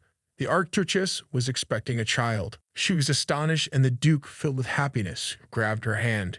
It then dawned on her that this was the new life mentioned in the letter. The Duke remarked that it seemed the children had already known she would conceive a baby. She replied that those children must have been fairies sent by God. The Duke said they couldn't let such a rare opportunity pass and suggested they open the warehouse and distribute bread to the commoners. The workers did as instructed, and the bread was spread among the people. That year, the Archduchess recorded the highest birth rate in history. The unintentional gift, born of someone's small mistake, would later create a butterfly effect, but that was a story for the future. As for Louis and the others who had left, Cammy and Khan were thrilled because they loved to travel and wanted to continue doing so. Louis suggested they should travel for at least another 10 years. Khan, ever the optimist, proposed they travel for around 100 years. Cammy was equally excited at the thought. Louis, slightly irritated, was being encouraged by Finn. He thought they had already wasted too much time, and if unexpected situations kept occurring, their journey would only get longer. To minimize travel time, they needed information to cross the continent quickly, but there was no immediate solution. Cammy then asked why there were no monsters around. Khan confidently declared that he could catch them. Louis replied that there were 3 dragons roaming nearby, emitting a strong smell. He questioned what kind of crazy monster would dare approach them. Khan and Cammy, confused, wondered about the smell, but they hadn't noticed it themselves. Louis told them to just forget about it. Khan and Cammy then speculated about bandits. Louis replied that with such a clear view in every direction, all they could see was snow. Even if there were bandits, where would they come from? It was not as though bandits could suddenly sprout from the ground. The 3 bandits, armed with weapons, ordered the group to stay still and hand over everything they had. Khan and Cammy were tired and remarked that the bandits had appeared suddenly, as if they had sprung up from the ground. Louis, however, was unfazed by the situation. As they looked closer, they realized the bandits were just kids, and the leader struck the second one, saying they were only children. He had been stuck in the cold snow all day simply to catch these kids. Now he wondered what they would do next. The third bandit, noticing the children's decent clothing, suggested they might come from a respectable household. "Let's take them hostage and demand money," he proposed. The leader agreed, thinking it was better than leaving empty-handed. 2 of the bandits moved to capture them. Louis asked if they didn't find something strange about the situation. One of the bandits responded that, "What do you mean? There were just 3 kids here without any adults. It would be easy to deal with them." Louis clarified that he wasn't implying there were adults nearby, but the bandit persisted in asking what he meant. Louis simply asked him to think for a moment. Finn then asked Louis what they should do next. Louis replied that these guys must have looted a nearby village. He should take everything, leaving nothing behind. The twins, eager to take action, suggested they play a game with the bandits. Louis, confused by their suggestion, thought it might not be such a bad idea. If they were going to rob the bandits, it would be more profitable to raid their base. The leader of the bandits turned to the others and demanded to know why they were just standing there. "Seize them now," he ordered. He saw Louis raise both hands in surrender and tell them they would follow quietly as long as they weren't harmed. They continued walking, and one of the bandits told his leader that the kids seemed suspicious. Even though they were being kidnapped, they appeared strangely calm, as if they were taking a stroll without a care in the world. The leader asked what they knew, and they just commented that they needed to make a profit from this, possibly by selling the kids into slavery. The third bandit pointed out that they had finally reached their destination. Ahead of them was a large joint door. As they entered, Louis observed the intricate craftsmanship of the walls, knowing it was at a level he had only seen at his father's estate. Could this really be the bandits' hideout? The overweight bandit chuckled and remarked that the hideout wasn't all that impressive. It was all built by their boss. Louis asked more about the boss, but the bandit was about to answer when the leader hit him, scolding him for speaking so carelessly. Why was he telling these kids everything? Keep quiet. The bandit apologized, and the leader ordered him to take the kids and lock them in the prison. Finally, the 3 were locked up in a dark, damp cell. Louis turned to Finn and asked her to come out of her hiding spot in his shirt. As she emerged, Louis told her to search the area thoroughly for anything valuable. She agreed and quickly went off to search. Khan and Cammy sat, dejected, wondering if they would ever get out. Louis told them to wait quietly until Finn returned. Once she did, they could have some fun. He was sure this must be the bandits' base, and he had no doubt they had hidden treasures somewhere. The thrill of the moment was palpable. Meanwhile, the bandit boss, Pablo, was forging something in another part of the hideout. When the bandits returned, they announced that they were back. Pablo, who seemed to be the leader, asked the man if there was much loot. The man shook his head, explaining that monsters had been scaring off travelers lately, so there hadn't been many opportunities for raids. However, they had caught 3 kids who appeared to come from wealthy families. They could make a good profit either by demanding ransom or selling them into slavery. Pablo smiled, clearly pleased with the idea. "Good work," he said, but he was not sure they should do that. "If they do, they will be the ones losing our purse strings. Let's sell them off instead." While Luis and the twins rested, the man and Pablo came to show them.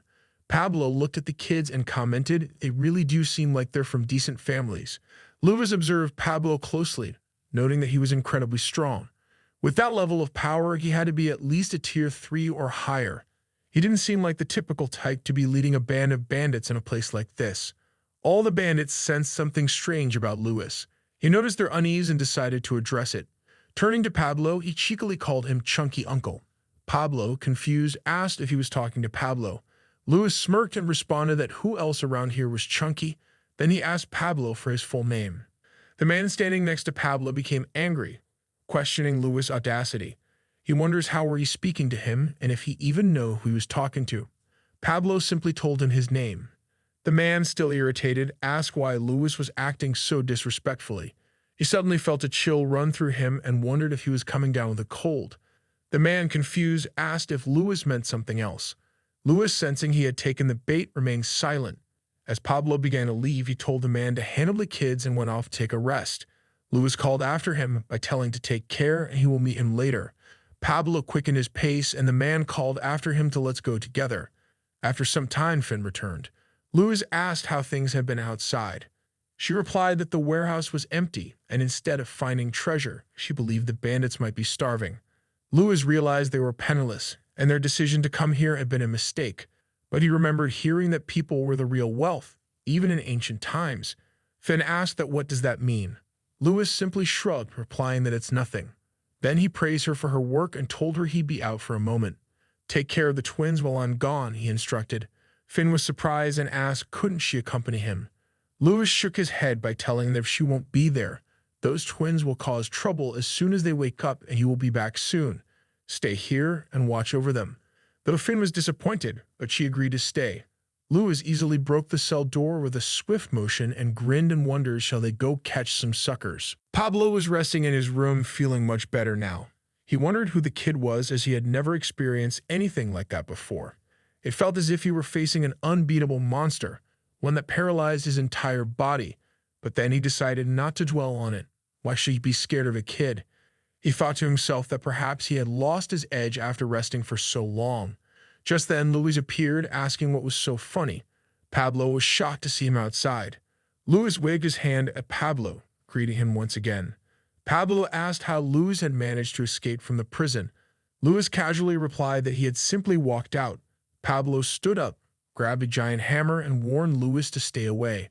Louis glanced around the room and commented that Pablo was living in quite a nice place. Pablo stated that he didn't know how Louis had gotten out, but he would close his eyes for just a moment, so he asked Louis to leave. Louis teased him, asking that what if he didn't leave. Pablo replied that if Louis didn't leave, he would have no choice but to deal with him until he did. Louis, smirking, said he wasn't going anywhere and dared Pablo to try hitting him. Pablo, now furious, swung the hammer with all his might. But just as he was about to strike, something strange happened. His hand stopped mid-swing. Even the dust in the room seemed to move on its own. Louis wondered what was going on, asking if Pablo wasn't going to hit him after all. Louis taunted he was just a big softy despite his size. Pablo tried again, swinging the hammer, but once more it stopped. Frustrated, he missed his target and struck the side of the room instead.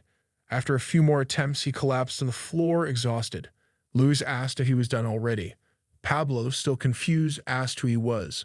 Louis replied Pablo already knew the answer. Just then, Finn arrived, calling for Louis. She explained that the other dwarves were causing havoc, saying they were bored and she couldn't stop them by herself. Pablo was shocked to see a fairy, and he moved closer to her. She looked at him curiously, commenting that it was odd. She could smell dwarf on him, but his size was more like that of an orc.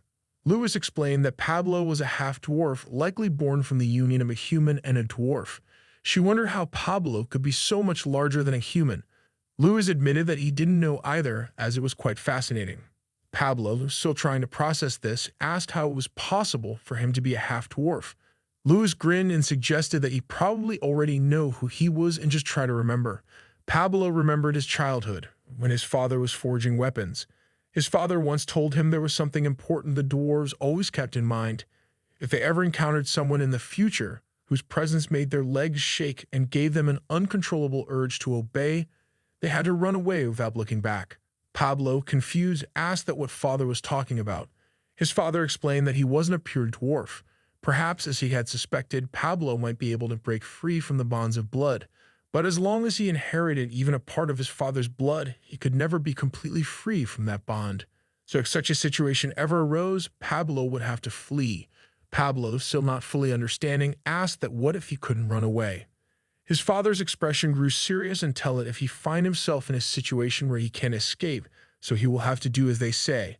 He placed a hand on Pablo's shoulder by telling to just don't forget. If he encounters such a being, he must run away, and he had born with half-human blood, and father knew he was not a fool. Pablo, deep in thought and asked what those people were like. His father shut his mouth, his expression growing wary until their ears were always open and he could never speak carelessly around them. Pablo stopped reflecting for a moment, then looked at Luis. His curiosity piqued and asked, was Luis a dragon? Luis, without hesitation, nodded with a yes.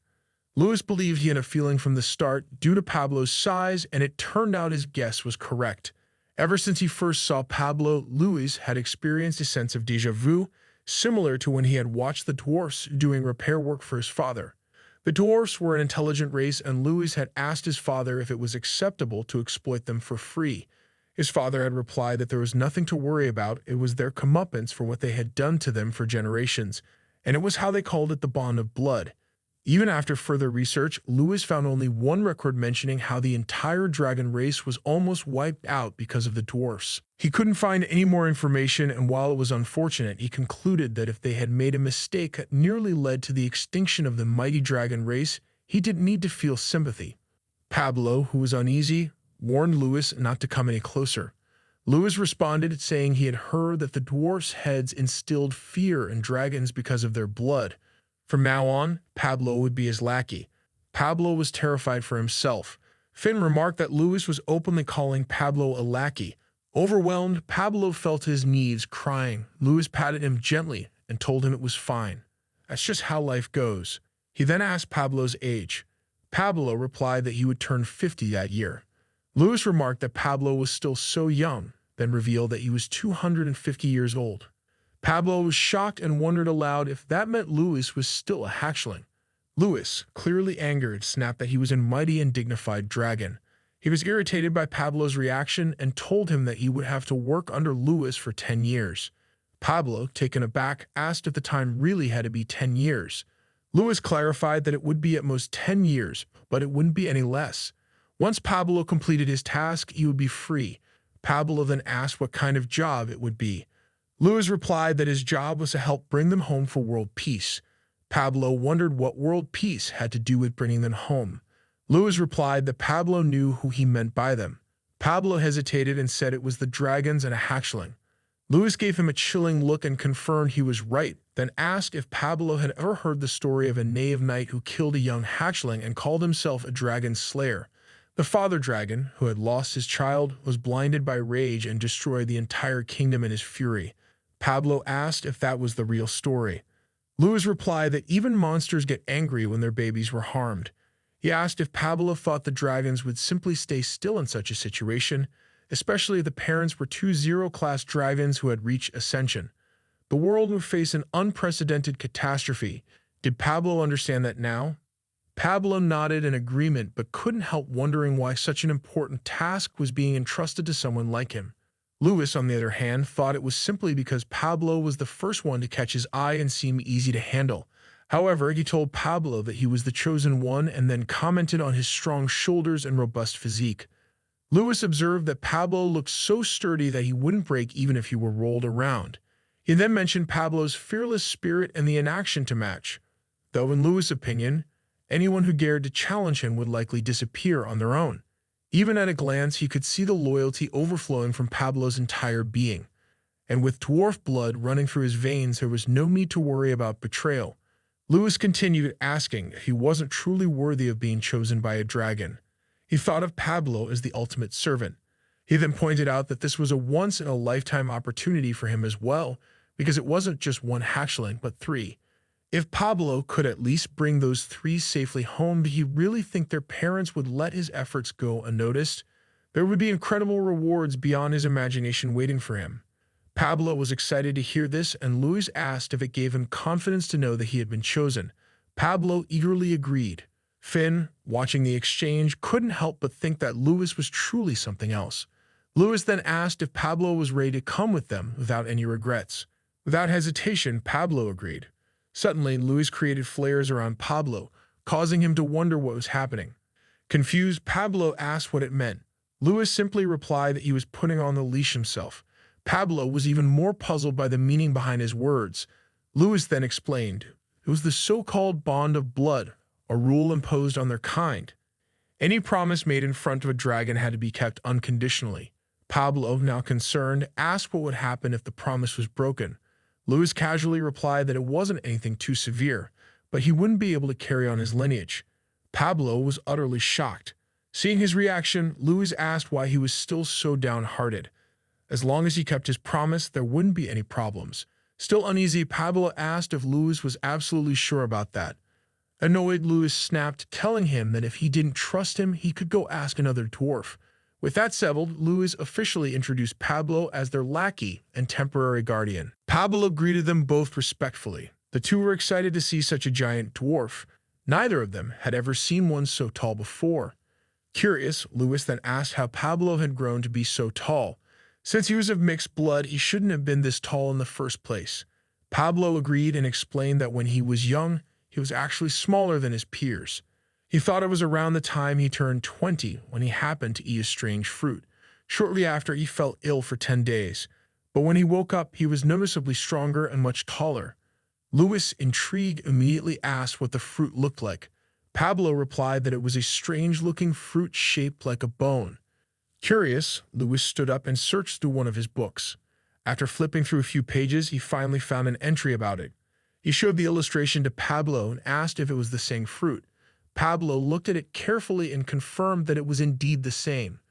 A thought crossed Luis's mind: if eating that fruit could make someone grow so much stronger and taller, then maybe he could use it to surpass those twins who always made fun of him for being smaller. Just as Pablo was about to leave, saying he would inform his subordinates about his departure, Luis suddenly stopped him. He told Pablo that returning home would have to wait. Their top priority right now was finding that grow fruit. Just then, the twins arrived and asked what the fruit was.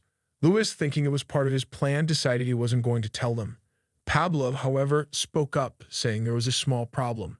When Luis asked about the problem, Pablo explained that the area where the tree was located had been occupied by a group of snow orcs, making it difficult to approach. Luis, confused, told Pablo to stop with the nonsense and just guide them to the tree. He would take care of the rest.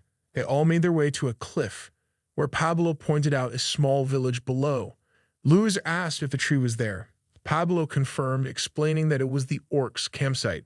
It hadn't been that large when they first settled there, but over time, the orc numbers had grown to over 100. Luis then asked where the fruit was. Pablo hesitated before replying, saying the fruit was likely in the center of the orc camp. Luis, shocked, asked if the orcs had already destroyed the tree. Pablo reassured him, telling him not to worry. The tree's location was actually in an underground cave hidden from view. He had discovered it by chance, so the orcs would never find it. Luis was relieved to hear this and called out to the twins, telling them to get ready to start the mission. The three of them took the slide ride from the cliff to head down. Pablo suddenly asked them to wait, explaining that the snow orcs were several times stronger than regular orcs, so they needed to make a plan first. Finn interrupted, saying there was no need to worry. Despite how young the twins appeared, she was certain Pablo didn't see them as mere children. She pointed out that they should just watch and see why dragons were praised as the strongest beings on Earth and feared by all. As the three rushed to attack the orcs were terrified at the sight of them. The twins leaped into action, slashing with their swords, killing a few orcs, while the others fled. Khan wondered aloud where they were all running to. Finn told Pablo to pay attention to what was happening. Pablo, stunned, remarked that if dragons truly had unmatched power, then the snow orcs weren't the type to flee so easily. Finn explained that there was a saying about the red dragon, and the orcs were exactly like that. Even though they were violent snow orcs, the mere presence of a top predator in front of them made them want to submit. With their minds driven purely by instinct, did Pablo think the orcs could withstand the noble aura of a dragon? Pablo was left in shock, unable to fully grasp the power of what he was witnessing.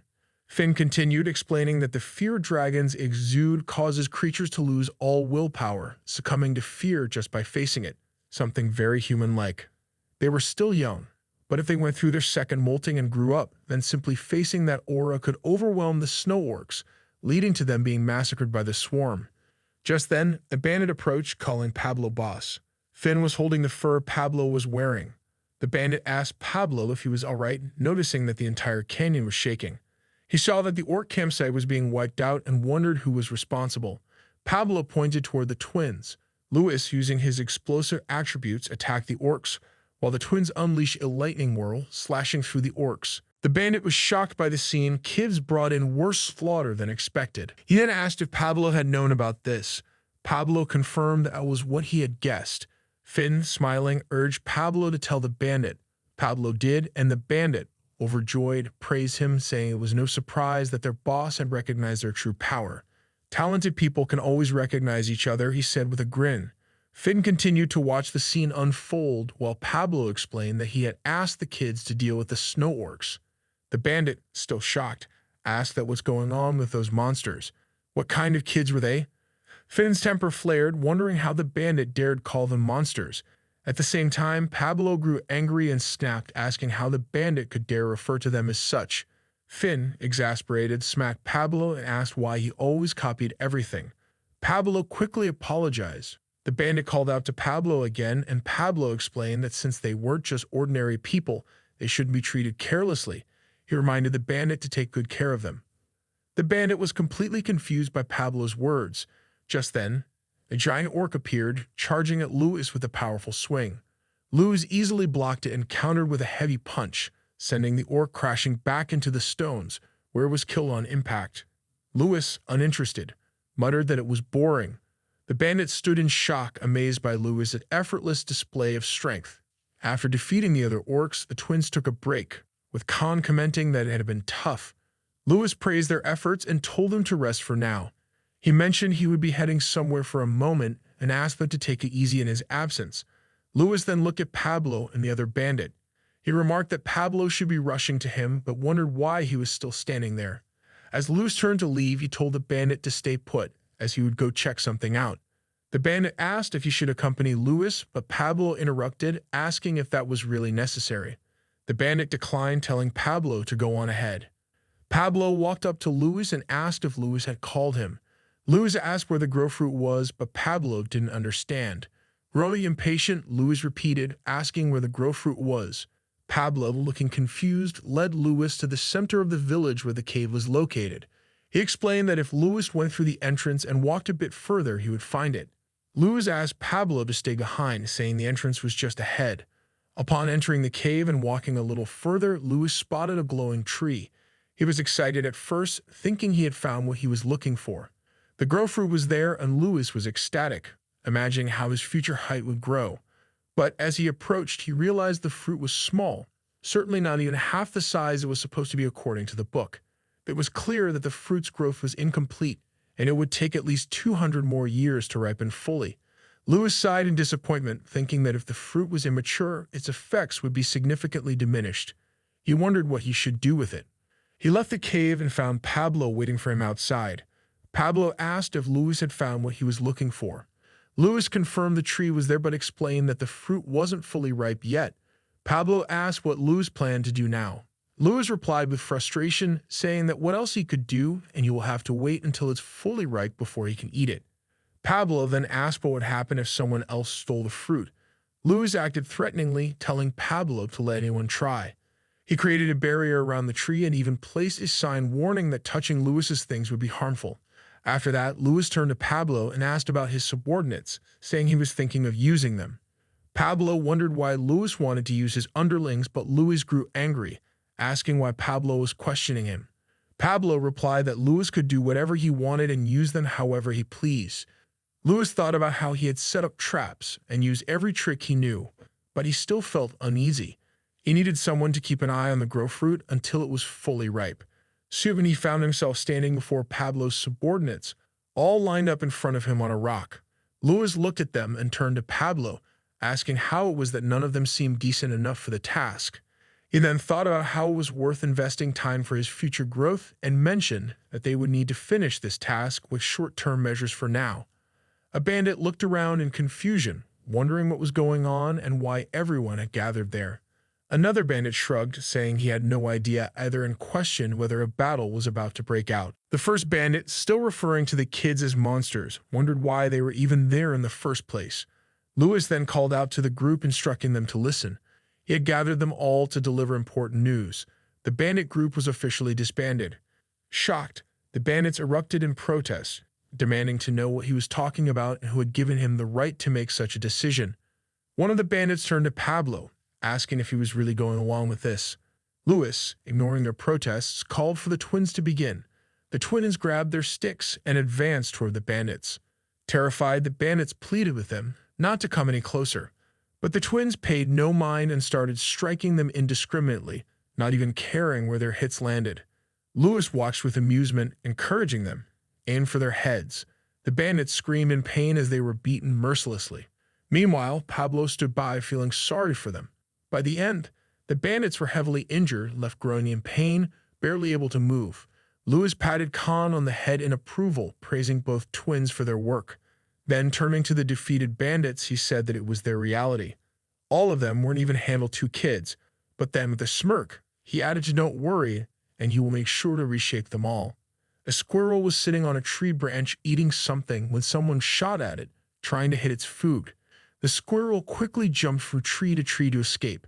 Lewis shouted at the person who shot, criticizing him for putting too much strain on his legs. He asked if his eyes were just for decoration, questioning why he couldn't avoid something so clearly visible. As Lewis scolded them, the others explained that the squirrel had been too fast and pleaded for mercy. Lewis told them they were all weak and granted them a 10-minute break. A fat man muttered that he felt like he was going to die and wished he could just faint. The second man agreed, saying it was the same for him, and at least those who fainted wouldn't get beaten. The first man wondered aloud if they should just leave. The second man cautioned him to remember the two men from the next room who had been caught running and had to do self-training for 2 days at night. The first man protested, saying they weren't even soldiers, so why should they be subjected to such training? The second man stood up and asked if he still thought it was worth living for. Even if he did, the second man had already given up on thinking about it. He suggested that they just clear their minds, endure the beatings, and the day would eventually pass. The first man started crying, lamenting that even though they were beaten daily, their bodies didn't seem to break down, yet they still felt fine.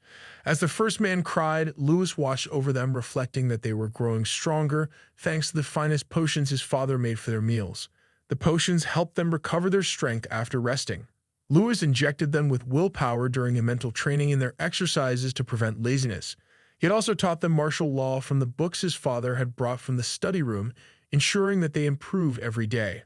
Though it was basic knowledge from the dragon's library, Lewis found it a bit wasteful to teach them, but it was necessary if he wanted them to develop quickly. He muttered that they were all incredibly lucky. Just then, Pablo approached and called out to him. Lewis asked how the task he had assigned to Pablo was going. Pablo hesitated for a moment before replying that he had finished. Lewis praised his work and told him to go ahead and prepare. He would join him soon. Lewis then said that the lion throws its cubs off cliffs to make them stronger. Pablo walked away, wondering what Lewis truly intended to do with all of this. After some time, the bandits gathered at a location, lifting bags and working together. They all wondered how the task was progressing and what their next steps would be. Another man wondered about the bags their boss had asked them to carry. Pablo arrived, asking them all to move aside. They were shocked to see that Pablo had brought a catapult with him. A man approached and asked if they were planning to siege somewhere. Lewis told everyone to listen up, noting that they were all probably curious as to why they had been called there. Instead of explaining it verbally, Lewis said it would be better if they saw it for themselves. He then called Cammy forward and told her to get in the catapult. Cammy eagerly climbed in, excited for what was about to happen. The bandits watched, shocked by the unusual setup. Lewis asked Cammy if she was ready, and she confirmed she was. Lewis signaled for her to be launched, and Cammy was flung into the sky, laughing joyfully. The bandits were stunned at what they had just witnessed. Pablo, observing, wondered if this was what Lewis meant by throwing the lion cubs off cliffs. As Cammy soared, the bandits feared she would fall, but to their surprise, a parachute opened from the bag attached to her, leaving everyone in shock. Lewis explained that both the catapult and the parachute worked perfectly. He then told the bandits that they would all have to do the same thing. The group was terrified. Lewis looked at them confused and asked if they hadn't seen it properly. He wondered if he would need to demonstrate it again. For the next demonstration, Lewis called on Khan. Khan was thrown into the air just like Cammy, and he opened his parachute to land safely. Lewis observed that since the kids were light, they flew a bit further than where the grow fruit was. However, this distance was within the acceptable range, so everything was fine. This method would also allow him to mobilize them quickly before his potion was stolen. Lewis confidently told them it was easy. They just fly, whoosh, and then pop. The bandits trembled with fear, and one man desperate, ran a little way and begged for help, saying he didn't want to die in such a place. Luis quickly created a barrier, causing the man to hit it and fall back. The others watched in confusion as Luis reassured them, saying that although it was scary, with a little courage, they would soon find it easy. Another man said they should just listen to their boss, though he couldn't believe anyone would do something as crazy as this. Luis reiterated that they could do it. He suggested that perhaps if someone else demonstrated, they would understand better. As Luis looked at Pablo, he saw that Pablo was just as scared as the others. Luis approached Pablo, telling him that he could easily do it. Pablo replied that he didn't have the courage to try. Luis addressed the others, saying that since no one had the courage, they would use the catapult to train Pablo. The group gathered around Pablo, thinking that everything they were going through was his fault. They believed Pablo had been living comfortably while they suffered, and when they thought about it, it was Pablo who had even brought the catapult in the first place.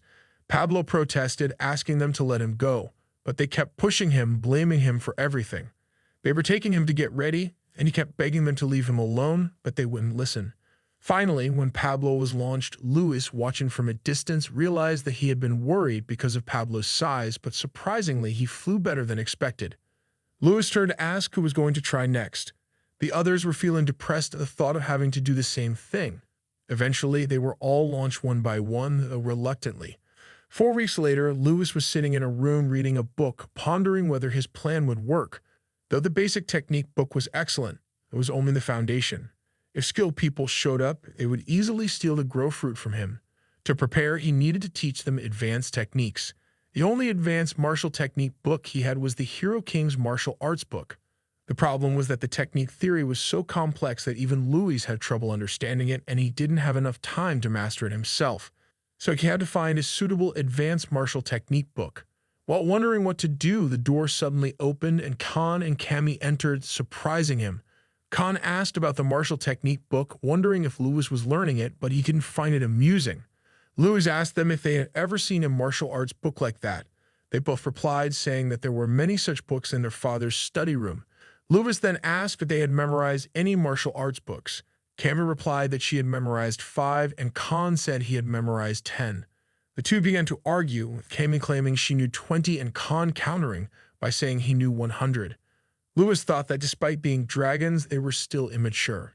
However, there must be some useful and advanced martial books among the ones they had memorized. Instead of arguing, Luis suggested that they both write down what they remembered so they could compare. Cammy asked why they needed to write it down, and Khan complained that writing was a hassle. Luis noticed that they were both arguing about who had memorized more, so he suggested they write everything down and see who could write the most accurate ones. Excited by the challenge, they immediately got to work. As they wrote, Luis thought to himself that it was just like little kids to get over things so quickly. Time passed, and later that same day, the twins returned, arguing about who had finished first. They were holding stacks of pages, and Luis asked if they had already completed their task. He examined their work, thinking it wasn't just 1 or 2 books. They had written so much. He checked the pages and realized they had copied the contents of more than 11 martial books, and they had done it perfectly. Excitedly, they asked who won, and the argument started again over who had written down more books. Luis calmly stated that it was a tie. The twins were confused and asked him to explain. Cammy claimed she had written more, with 6 books, while Khan argued that the martial techniques he wrote about were superior. Luis once again insisted that it was a tie, which left them both disappointed. Just then, Finn came in, telling Luis that she had completed the task he had given her, and that Pablo's work was almost finished as well. Luis smiled and said she had completed it just in time. He then realized that he had found the advanced martial technique book he was looking for, and that it was time to leave. It was time to start preparing for the grand finale. 2 weeks later, all the bandits were standing at attention, saluting Luis as one of them commanded them. Luis addressed the group, expressing his satisfaction with their instructor and commending them all for their dedication. He praised their effort in sticking with the rigorous 6 weeks of training without any dropouts. He acknowledged how hard they had worked and perhaps how curious they all were about why they had to undergo such a hellish training process. Suddenly, a lightning bolt flashed from him, causing everyone to gasp in shock. As they looked, they saw a figure resembling a god holding a sword, leaving them wondering what was going on. The god introduced himself as Kalos, the god of war, stating that they had all been chosen by him. They were astonished to be selected by Kalos, a figure from ancient legends, the god of war who had battled chaos, creating demons with his sword and formed mountains from their corpses. The appearance of such a powerful being and his declaration of their selection filled them with awe. Meanwhile, Lewis was managing the illusion of Kalos, the god of war. He reflected that the illusion created using light refraction, reflection, and spatial techniques was working well. He noticed a slight imperfection and asked the twins to repair it. They quickly addressed the issue, the com promising to conceal it with a lightning effect. Lewis expressed his appreciation and considered expanding the illusion's space to touch the atmosphere with a power attribute. Kalos, the god of war, echoed Lewis's words, declaring that these people were chosen to prepare for a future disaster. They would become the light illuminating the encroaching darkness and the sword condemning evil. Lewis believed this was sufficient to deceive them. He then used a mental technique to engrave these words into their minds, completing the deception. The people felt transformed, readily believing in Kalos. Finn, sensing her cue, poured a potion onto a small plant, recalling Lewis's instruction that every drop of the growth accelerator would cause it to grow immensely. The onlookers were shocked by the sudden growth of the giant tree, proclaiming it a miracle. Kalos declared it proof of his promise to them. He then gestured towards a large rock, stating it would be a trial to prove their worth. Lewis signaled Pablo, who shattered the rock with his giant hammer, revealing a cave. Kalos announced that those who passed the Cave of Trials would receive his blessings and rewards, eliciting cheers from the crowd. Lewis knew that the cave contained martial technique books written by the twins, as well as carefully selected spiritual books. He also knew that navigating the cave would be challenging, due to the various traps set by Pablo. Kalos addressed the people as chosen warriors, promising that as long as the Tree of Promise thrived, he would return. He urged them to believe and wait, and then vanished. A man declared that they were the chosen beings and all the hardships they had faced were tests for their selection. This announcement filled them with excitement as they now believed themselves to be the chosen ones. Lewis observed their enthusiasm and thought it was the perfect finale. The twins and Finn applauded him, and the twins expressed their desire to repeat the performance, finding it enjoyable. Lewis thanked them. Pablo watched their happiness along with the joy of his subordinates. He reflected that they now firmly believed they had been chosen by the god of war. The tree and the entire area would become a holy ground, and they would willingly risk their lives to protect it, becoming, in essence, guard dogs. Then he questioned his own role. If they were guard dogs, didn't that make him a dog being dragged on a leash? He knelt, disappointed with his perceived fate. Lewis called out to him, asking what he was doing and reminding him that they were leaving. Pablo rose, and Lewis, along with the twins, Pablo and Finn, departed. The twins asked where they were headed and suggested going to a more entertaining location. The scene shifted to Silver Flower Castle, where Jean was worried about Lewis's well-being. He wondered if Lewis was eating properly and believed that, regardless of the importance of the succession, Lewis should not be left alone. He questioned his father's absence during such a crucial time, wishing his father had handled the matter instead. He then decided to let his concerns go. Despite the mountain of tasks he faced, he reasoned that sneaking away for a single day wouldn't cause any significant problems. Just as he made this decision, someone approached Jean, asking why he was in such a hurry. They playfully accused him of planning to run away, implying he was afraid of his duties. Jean wondered what the man was talking about and what he was doing there. The man was Carlos, the father of Khan and Cami. He said he was just watching. Jean asked if Carlos didn't have anything better to do and told him to stop bothering him and leave. Carlos glanced around and Jean asked why he wasn't leaving. Carlos looked at the orb, and after taking it, he mentioned that he came to entertain Jean since he might be bored. Jean replied that it wasn't him who was bored, but Carlos. Carlos looked at Lewis's face in the orb and asked if Jean was worried about him again. As Jean became visibly sad, Carlos asked if Jean was planning to sneak off and see Lewis. Jean turned away, saying he didn't understand what Carlos was talking about. Carlos laughed and said he knew that leaving without permission during the succession was prohibited. He wondered what would happen if Jean were caught. Jean asked what Carlos thought of the elders, as they would surely notice, and there was nothing he could do if he got caught. Carlos said that Jean was really hopeless and asked if he was truly so worried about Lewis. Jean responded by asking if Carlos wasn't worried about his twins. Carlos replied that he wasn't worried, but Jean insisted on knowing why. Carlos explained that his kids liked Lewis so much, he even told them that if they were ever bored, they should just go visit Lewis. Lewis was no ordinary dragon. In fact, he was better at taking care of things than Carlos himself. Jean asked if Carlos was bragging. Carlos responded that Jean was often overprotective of his son. He added that Luis wasn't just any hatchling. He was a remarkable child born with 4 attributes. If they look at the way Luis thought and acted, he was almost like a holy dragon. There was no dragon in the world who could raise a child as easily as Jean had raised Luis. Jean was truly blessed. Jean replied that although that might be true, he was still worried. Carlos placed a hand on Jean's shoulder and told him to stop worrying about Luis and focus on the succession of the elders instead. Who knows, maybe Luis was enjoying his freedom without Jean around. Carlos also told Jean not to worry about the twins bothering Luis too much because he had already instructed them to listen to Luis. Jean remarked that the twins had the same personality as Carlos, and they would be quite a handful. Carlos laughed, saying that was exactly what he thought. It was obvious they would cause an accident, and if something happened, he told them not to handle it themselves, but to leave it to Luis. The twins might be able to manage things, but if it were Luis, he would handle everything smoothly. Jean was growing angrier with Carlos, and Carlos asked if that wasn't perfect for his training. Jean hit Carlos and shouted that he would surely crack his head open to see what was inside his mind. Carlos wondered what was wrong with him and suggested that Jean should save his attribute power. Meanwhile, Luis was walking with his party. The twins kept calling his name and he shouted for them to stop. They both retorted with attitude, saying that if they didn't call him, he would ignore them. Luis sighed, understanding their reasoning, and asked them not to call them anymore. They rushed to hug him, and he asked for some space. They replied that they liked him so much. Luis couldn't help but wonder what he had done in the past to deserve such things. Just then, Pablo arrived with a carriage pulled by a muscular horse. Pablo said he had done as Luis requested. Luis moved his hand over the horse, appreciating Pablo's effort, as the journey would now be more comfortable. He then asked about the closest port to the west. Pablo thought for a moment and said that it would be the closest.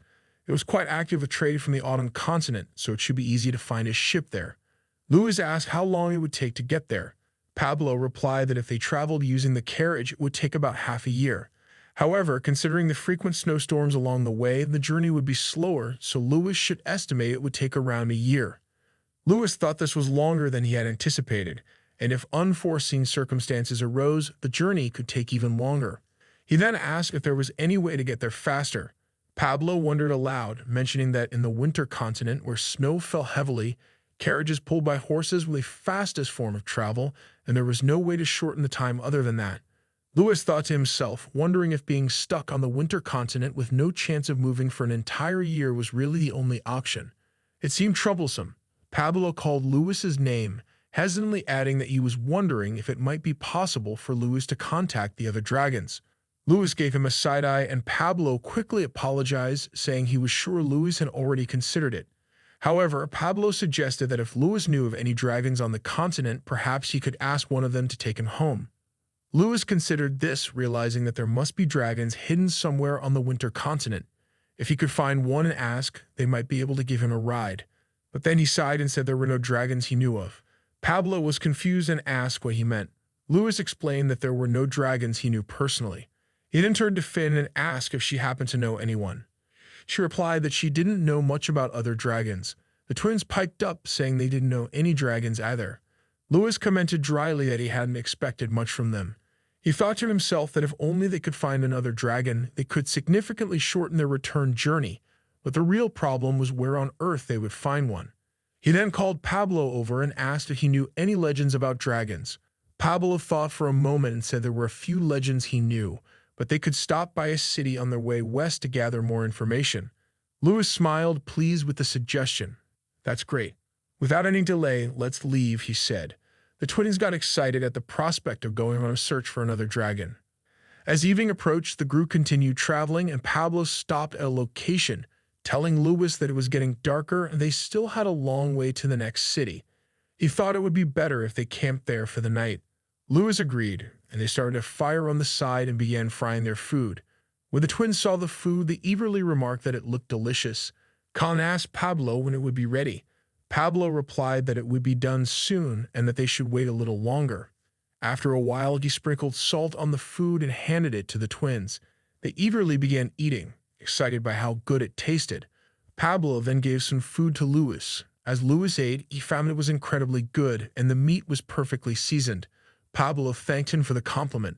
Luis then asked Pablo to finish what he had been saying earlier about a dragon appearing at the cash tower.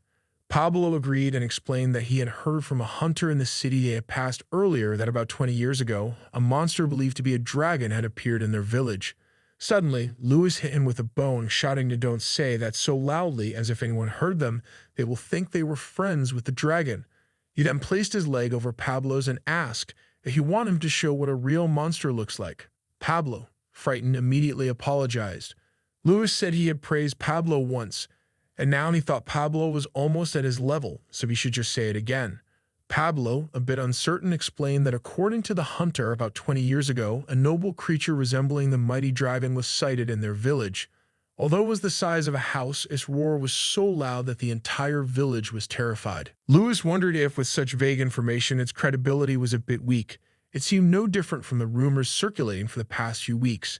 Pablo agreed and added that the nearby lord had dispatched a large force to investigate and even hired mercenaries who specialized in handling large-scale magical beasts. Luis then asked what happened next. Pablo continued, saying that since there had been no news of the troops returning, it was assumed that they were all wiped out. There had also been continuous reports of missing people in the Cash Tower Mountain, and now it was said that hardly anyone dared to go there. Luis thought to himself that after a creature, presumably a dragon, had been sighted, a large force sent for investigation also went missing. It seems so interesting, especially since they were heading west. There shouldn't be any issues with the schedule being extended, and considering the information Fabro had gathered, there must be something there. However, Luis wondered if it wasn't a dragon but another powerful monster capable of confronting a large force. It could be like throwing oneself into the den of lions. He wasn't sure if it was worth the risk. Just then, Luis sensed something approaching. Pablo, noticing his change in demeanor, asked what it was. Luis replied that someone was coming. Pablo grabbed his hammer, prepared for the worst, and asked if it was a monster. Luis quickly denied it, saying it was a person and only one at that. Pablo said he would handle it and approached the direction of the figure, calling out who there was and just show themselves. A voice responded, saying they didn't need to be so guarded. A man stepped forward, greeting them, and introduced himself as Jacob Trugan. He explained that he was just passing by and had noticed the light, so he came to check it out. Luis felt like the name Jacob Trugan was familiar, and he wondered where he had heard it before. Jacob asked if it wasn't too much trouble, and if he could borrow some warmth for a bit. Pablo immediately declined, explaining that there were children present. Jacob looked at the twins and said that he understood if they felt uneasy with an outsider around them. He apologized for disturbing them so late and said he would be on his way. As Jacob began to leave, Pablo turned to Luis and remarked that he had sent Jacob away from the camp. Suddenly, Luis remembered the name Trugan and asked Pablo to bring Jacob back immediately. Pablo wondered what had happened all of a sudden. Luis and Pablo ran to find Jacob, with Luis thinking that if Jacob was the same Trugan he knew, he had to bring him back. Luis recalled Ravina, a genius druid who commanded the phantom beast, the blazing tiger as her summon, and the warrior who would defeat his father in the future. She also had Trugan as her last name. If Jacob was indeed an ancestor of Ravina, Luis couldn't just let him go like that. Pablo returned with Jacob and said he didn't seem like a bad person, so he could stay for a while. Jacob thanked him, saying that it was because of them that he was still alive. As he spoke, he noticed Luis was staring at him. He asked that what was wrong and if he had something on my face. Luis replied that seeing Jacob traveling alone in such a remote area made him think Jacob must possess great skill. Jacob laughed and said that while he was indeed alone, he wasn't really by himself. Luis, puzzled, wondered what Jacob meant. The twins were equally confused. Jacob, sensing their curiosity, used his power. Luis immediately understood it was a mind attribute power. It was faint, but there was definitely mana from the mind attribute. As they heard a sound in the distance, Pablo asked that what's going on. He was shocked when he saw the shadow of a creature. It was the six-winged blood bird. The bird descended with a loud cry. As Pablo was about to attack with the hammer, Jacob stopped him, saying it was fine. Pablo hesitated, unsure of what to do. Jacob explained that the child was a summon under his control, and its name was Minky. Pablo wondered about the name Minky, recalling that it was the six-winged blood bird. He had heard it was a fearsome creature that could rival even wyverns when fully grown. How then could Jacob have tamed such a beast? Jacob reassured him, saying Minky had been under his care since it was a hatchling and it was safe since it obeyed him so well. Pablo asked if Jacob was a druid. Jacob nodded, admitting that he was still inexperienced. Luis thought about a druid with the Trugan surname and wondered if Jacob could truly be a descendant of Ravina. Then he asked Jacob if he was married. Jacob replied that he hadn't tied the knot yet. Luis then asked if Jacob had any siblings or perhaps a cousin with the surname Trugan. Jacob answered that he was an only child and both he and his father carried the surname Trugan. Luis thought to himself that Jacob was likely an enemy of Jean, which might cause trouble in the future. Jacob then asked why Luis was asking all of a sudden. Luis replied that he was simply curious and felt that rather than killing Jacob, it would be better to understand more about him. He wondered if Jacob had any descendants. Suddenly, Jacob felt a chill. As they stood together, Pablo asked Jacob to come sit near the fire. Jacob thanked him and then noticed the twins approaching Minky. They remarked that they had never seen such a big bird before. Jacob warned them not to get too close as Minky might react if anyone other than its owner approached recklessly. However, Minky simply sat there, calm and unbothered, even allowing Khan to climb onto its fur. Cammy hugged Minky from the front, saying it was as fluffy as a duke's feather blanket. Jacob warned that it might still be dangerous. Luis gathered the twins and reminded them not to touch anyone's pets without permission. As Minky looked at Luis, it sensed the dragon within him. It stood up and Jacob quickly warned him to be cautious, but to Jacob's surprise, Minky lay down and acted like a small child. Luis played with it for a while and Jacob was shocked by the display of agio, something Minky had never shown him before. The twins climbed onto Minky, exclaiming how warm and soft it was. Khan said he wanted to sleep on it that night. Jacob turned to Pablo and asked what kind of children they were. Pablo replied that they were his nephews. The next day, they packed up their things, and Jacob thanked Pablo for his hospitality. Pablo offered to travel together, but Jacob wasn't sure how he could repay them for their kindness. Pablo reminded Luis how he had insisted on bringing Jacob along. He explained that since they were heading in the same direction, he thought it would be a good idea. Then he expressed curiosity about Minky. Jacob reassured him, saying not to worry, Minky would follow them on his own. Luis then called out, asking if they were ready to leave. Pablo agreed, and as they set off, Minky took flight to follow them. As they traveled, Luis asked Jacob where he was headed. Jacob replied that he was going to a mountain called Cash Tower in the west. Luis, curious, asked why he was going there. Jacob answered that something on the mountain would fulfill his dream. Luis wondered what could be found on Cash Tower Mountain that would fulfill Jacob's dream. Jacob explained that if Luis asked what his dream was, it was to tame a dragon. Luis didn't seem convinced by this. Jacob went on, saying that dragons were the strongest creatures on Earth and the ultimate goal for every druid. If he could tame a dragon, there would be nothing to fear in the world. The dragon would fill his heart with grandeur. Pablo laughed and teased Jacob, asking if he was dreaming of something impossible and dangerous, and that he might end up dead. Jacob replied that it was precisely because it was a dream that he would keep striving and one day he would surely tame a dragon with his own hands. Luis, though, thought he could kill Jacob right then and there. He didn't believe there was a dragon on Cash Tower Mountain, but he was certain that whatever creature was there, it wasn't a dragon. If it were a dragon, there was no way Jacob attempting to tame it would still be alive. If that were the case, Ravina wouldn't have been born in the first place. Luis then considered that the creature on Cash Tower Mountain was likely the Thunder Tiger. If Jacob really tamed the Thunder Tiger there, it would eventually evolve through generations into the Blazing Tiger that Ravina commands. But Luis couldn't let that happen. He needed to take action. Luis commented that Jacob's dream was quite amazing. Jacob thanked him, and Luis, with a hint of sincerity, said he hoped Jacob's dream would come true. Jacob, in return, promised he would take Luis for a ride someday. Pablo, feeling a bit sad for Luis, quietly offered his condolences in advance. They finally reached Cash Tower Mountain, and Jacob remarked that it was such a wonderful morning to meet a dragon. Luis, waking up, agreed, saying it was such a lovely morning that even dragons would wake up feeling refreshed. Jacob greeted him with a good morning and asked if he had slept well. Luis nodded and asked if Jacob had seen the twins. Jacob replied that he hadn't seen them and wondered if they had been sleeping together in the carriage. Pablo woke up and greeted them with a good morning. Luis then asked him if he had seen the twins. Pablo also denied it. Luis wondered where they had gone so early in the morning and what kind of trouble they might be getting into. Just then, Finn arrived, saying she had found the twins. Luis asked where they were. Finn hesitated before saying the twins had called her over. They were dragging a big monster. Kami explained that they had found a cat, but Khan asked if there was any cat that big, suggesting it was more likely a puppy.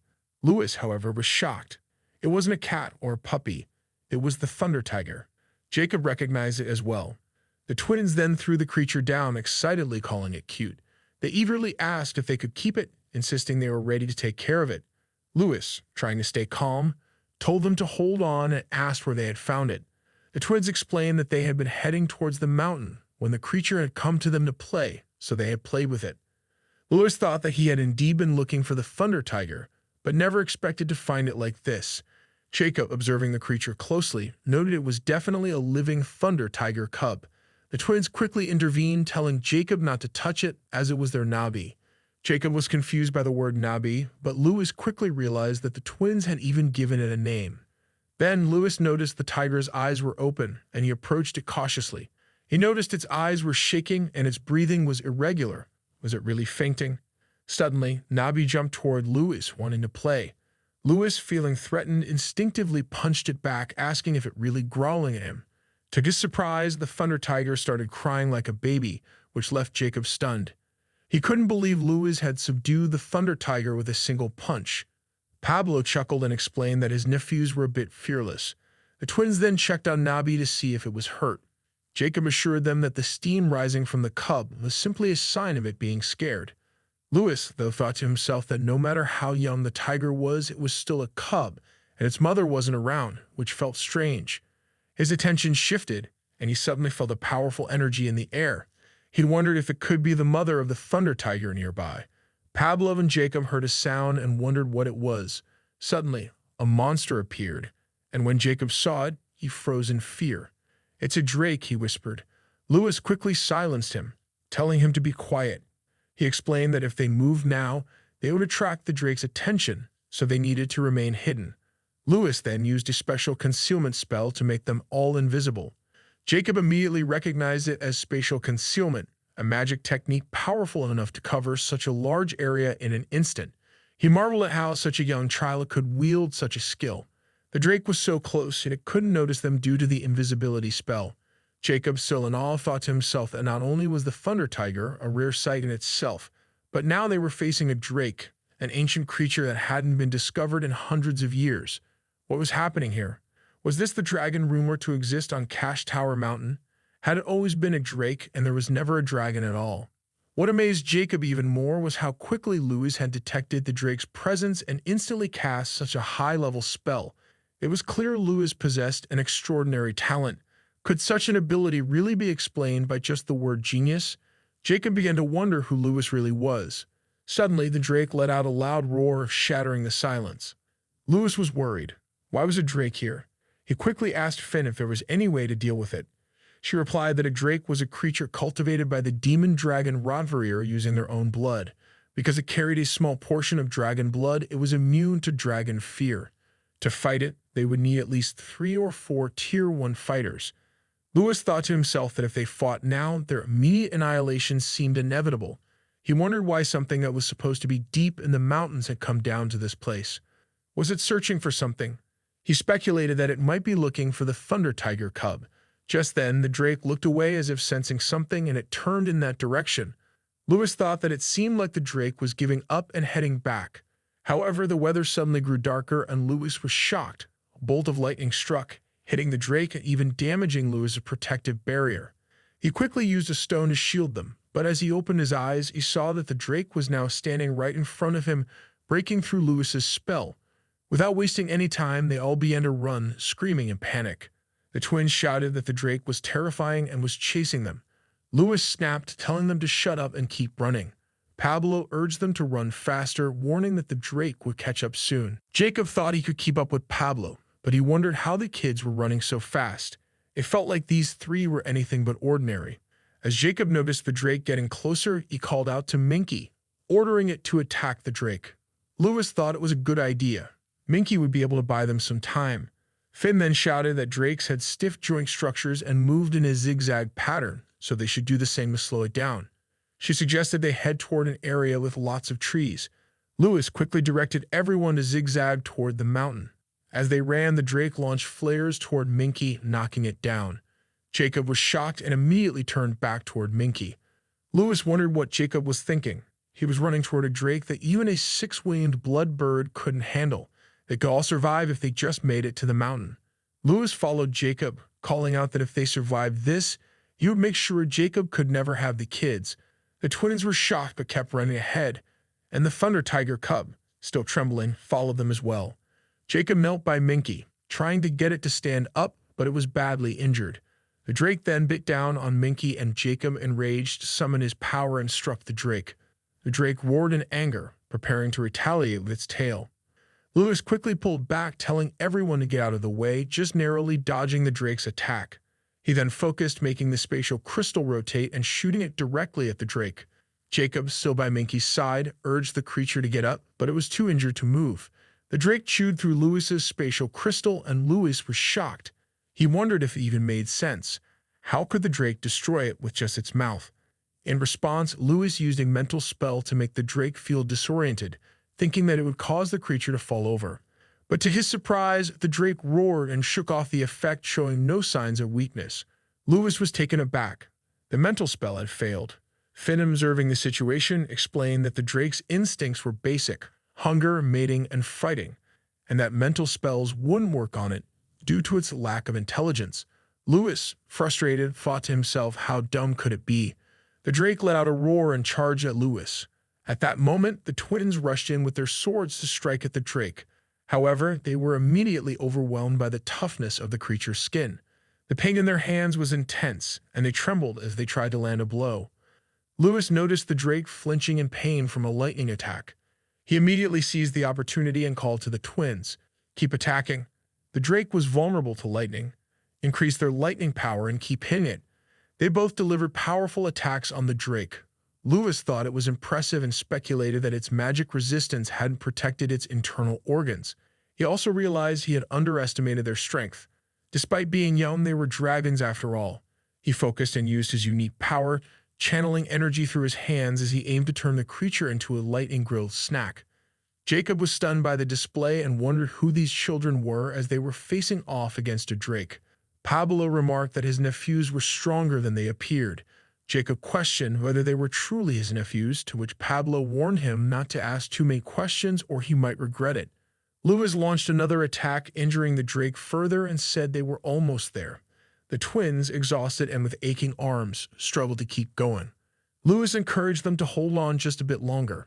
Just as he stopped, they heard another roar. Another drake had appeared. Lewis was taken aback. Kemi asked what they should do next. Lewis thought there was no choice but to reveal his true form, though he didn't want to do so in front of Jacob. He knew he had no other option but to transform and carry Pablo and Jacob away. As he prepared to speak to the twins, more roars echoed, and two thunder tigers attacked the second drake. The tiger cub was thrilled to see them. Jacob was stunned by the sight of two adult thunder tigers. Lewis smiled, explaining that when the cub was in danger, its parents had to come to the rescue. The twins were overjoyed to see the two large golden cats. As the first drake attempted to rise, Lewis swiftly ensnared it with chains, asking where it thought it was going. Despite its injury, the drake tried to get up. Lewis told the twins not to let it escape and promised they would end it once and for all. Lewis asked Pablo to join the attack as well. Pablo charged forward with his hammer to battle the first drake. As Pablo referred to Lewis as master, Jacob was puzzled and reminded himself that Pablo had mentioned those children were his nephews. He watched as one of the thunder tigers bit into the second drake. The drake retaliated, throwing the tiger away, but even injured, the tiger stood its ground, ready to fight. The drake roared loudly, causing the tiger to spit out blood, but it continued to fight. Just as the drake prepared to strike again, the second thunder tiger intervened, taking the blow for its companion. It was thrown into a tree, severely injured. This enraged the first tiger, which launched a fierce attack on the second drake. Its bite was so strong it seemed impossible for the drake to escape. The cub watched in silence, then noticed the first drake lying still on the ground. Lewis muttered that it was finally over. Khan and Cammy were resting, and Cammy commented that Shiva looked tired. Pablo informed them that the thunder tiger was heading towards them. The cub ran to its parent, but the young one then looked at Lewis. Lewis wondered if it recognized them. As the young tiger began to move forward, Lewis stopped it. The cub gave them a smile before leaping away, leaving them behind. The cub seemed emotional, as if saying goodbye. Finn remarked that the Thunder Tigers had risked their lives to protect their child, which made them true kings of the beasts. They saw a light ahead, and then Lewis turned to Cammy, telling her to take care of the children for a while. She asked where he was going. He replied that he was heading to the mountain. Concerned, she warned him it could be dangerous, but he reassured her he would return soon, so she didn't need to worry. Cammy agreed, urging him to be careful. Lewis looked at the cub tiger sitting nearby and asked if it wanted him to hop on. The cub agreed, and Lewis told it, "Let's go together." He climbed onto its back, amazed by its speed. He wondered how the twins managed to keep up with it. They came across the second drake, and to Lewis' shock, the bodies of the cub's parents lay there, lifeless. He realized the Thunder Tigers must have fought the drake to the death. The cub ran to one of its parents, licking them while crying. Lewis thought to himself that the cub had lost its parents just as he had in his past life. He reached out and gently patted the cub's head, offering some comfort in its grief. Lewis placed the bodies of the Thunder Tigers beneath the stones, contemplating how the Trugan family had formed a bond with the Thunder Tigers. He realized that both the Drakes and Thunder Tigers had nested on the same mountain, and they were bound to clash someday. Even without his intervention, their paths would have crossed, and they would have destroyed each other in the end. Jacob likely would have taken in the surviving Thunder Tiger cub, but since Lewis was there, he wouldn't let that happen. Using his power, Lewis connected with the cub, asking it to look at him. When the cub gazed at him, it felt terrified, realizing Lewis was a dragon. Lewis tried to reassure it, saying there was no reason to fear. If the cub trusted him, he would take it with him. He extended his hand, asking if the cub would follow him. The cub, though hesitant, placed its paw in Lewis' hand. Lewis smiled warmly at it. Pablo and the others soon arrived, and Cammy asked what Lewis was doing. Jacob explained that it was an obey skill, one that only high-level druids could cast.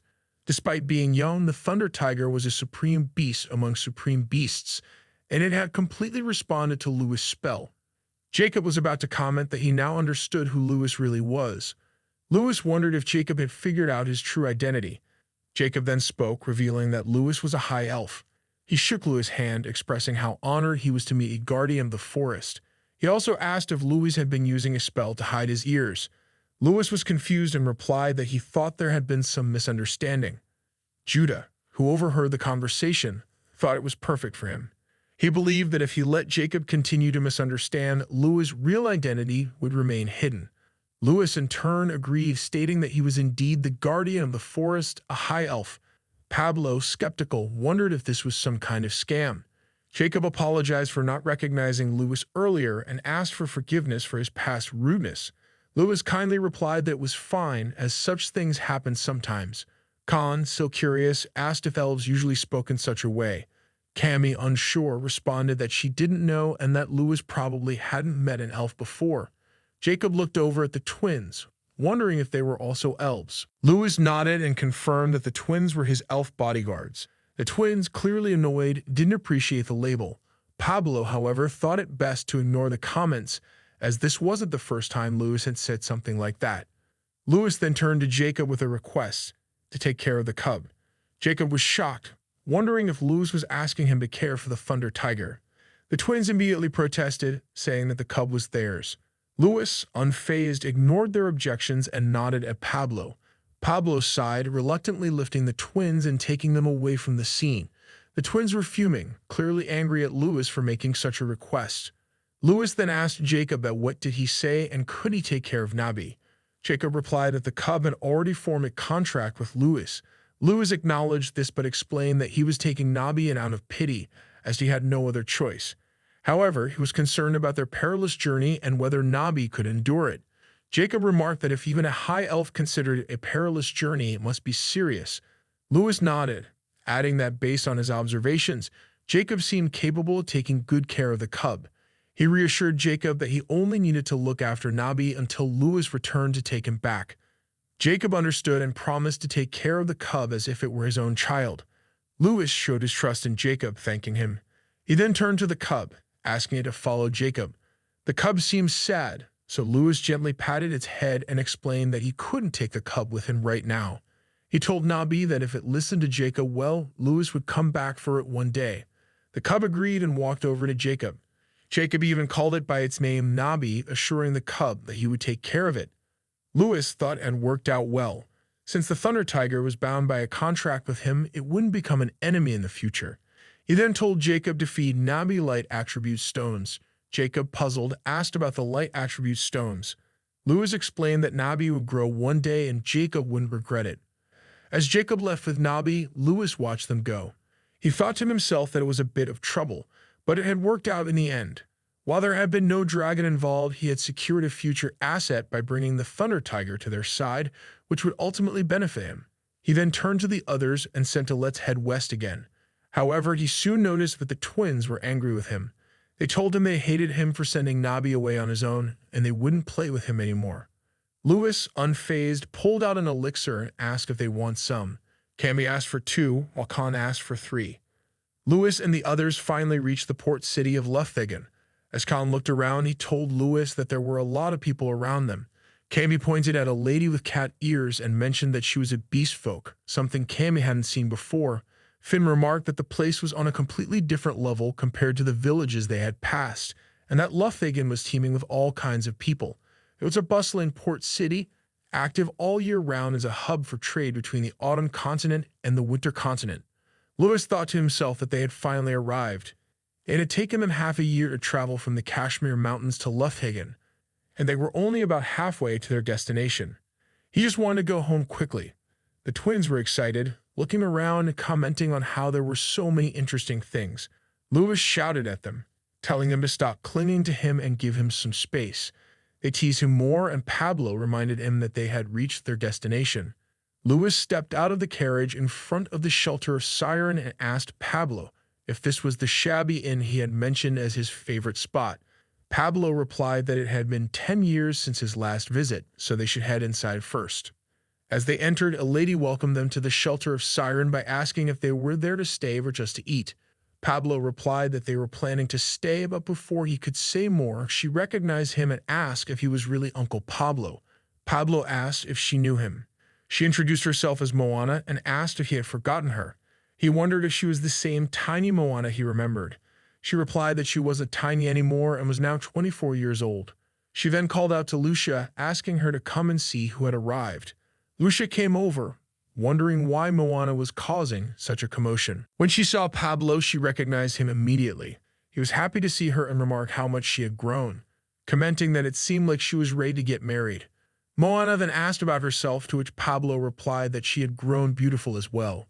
Luis got the feeling that Pablo was a regular at this place. Pablo then asked if Damon and Julia had gone to the market.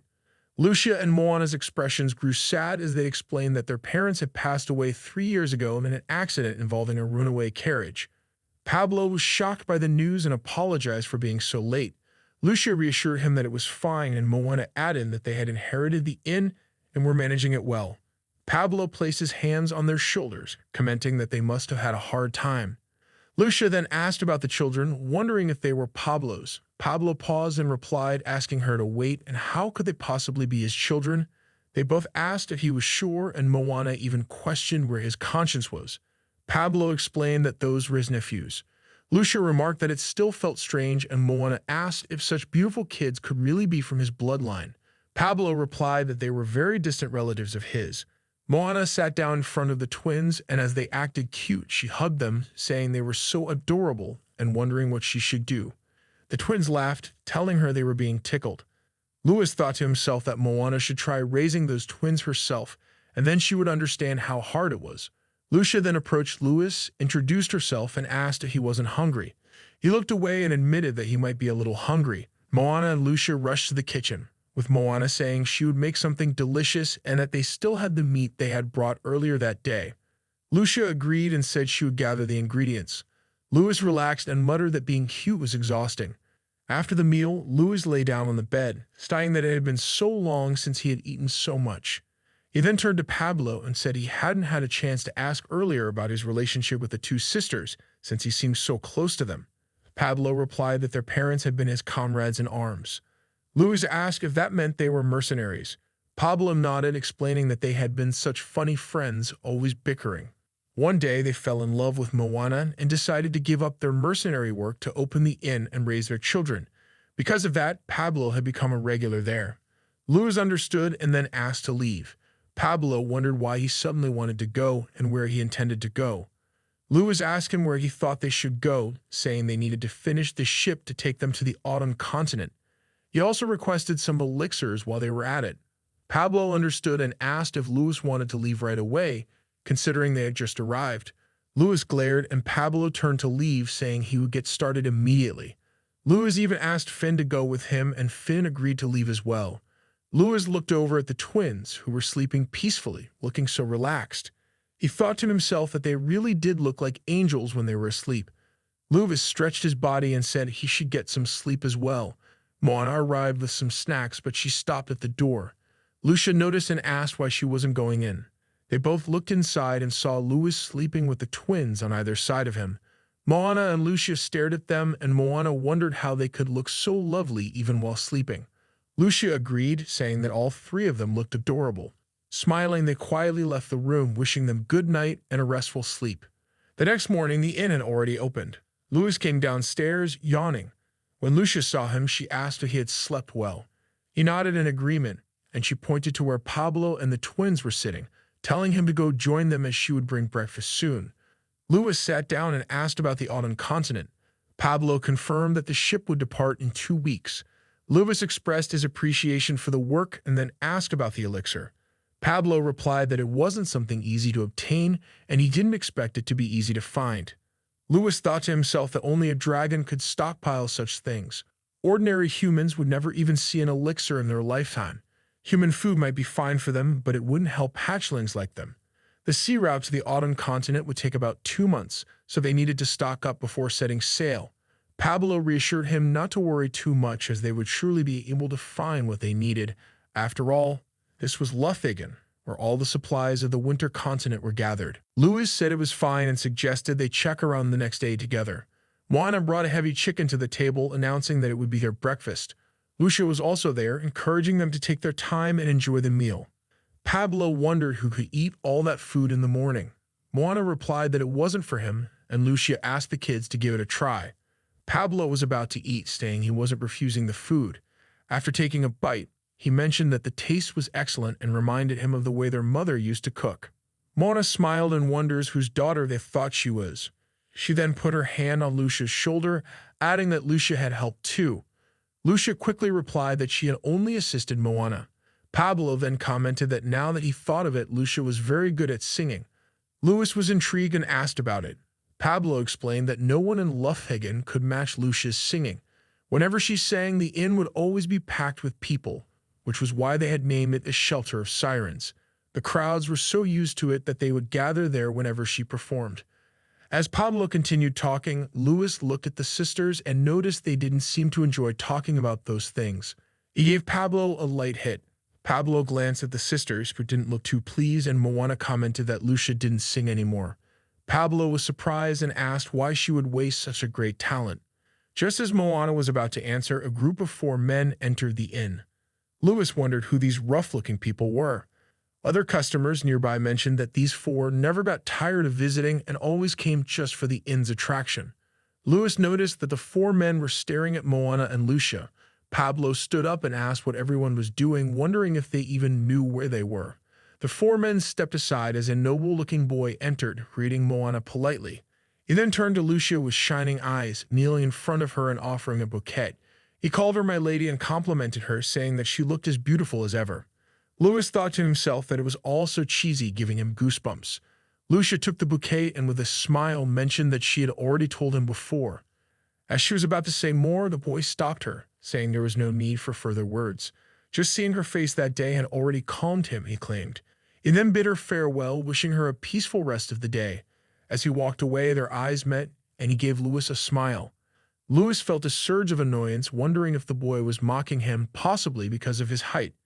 Louis then called out to Lucia, saying he was sleepy, and asked if she would just hold him. Lucia, slightly confused, wondered if she should hold him to help him sleep. He agreed, and Pablo looked on, even more puzzled by the situation. Lucia lifted Louis, telling him they should go to his room and put him to bed. The noble boy didn't seem pleased by this, and watching them, Louis wondered if the boy was getting jealous. The boy turned to leave, instructing the 4 men to follow him. Louis thought to himself, who does this boy think he is? And couldn't help but stick his tongue out at him. Pablo then asked who the boy was. Moana mentioned that the boy was Carrie, eldest son of the Bunt family. Pablo wondered if she meant Tyrius Bunt the fighter. She agreed, adding that although he was once a fighter, he was now a baron. Pablo was shocked and asked if she was saying that Tyrius had become a baron. She confirmed, explaining that Baron Bunt had started with a Black Alley organization, which gained recognition by unifying the underworld of Lufthagen, stabilizing the port and earning the title from the local lord. Pablo remarked that Tyrius had always boasted that he would become a noble, and now he had. From what Pablo had seen earlier, Tyrius seemed really interested in Lucia, so he asked why Moana didn't encourage Lucia to pursue him. Moana told him not to bring it up. Pablo, still curious, wondered why Carrie was from a noble family and was so handsome. Moana explained that Carrie was only 14 and Lucia was 22.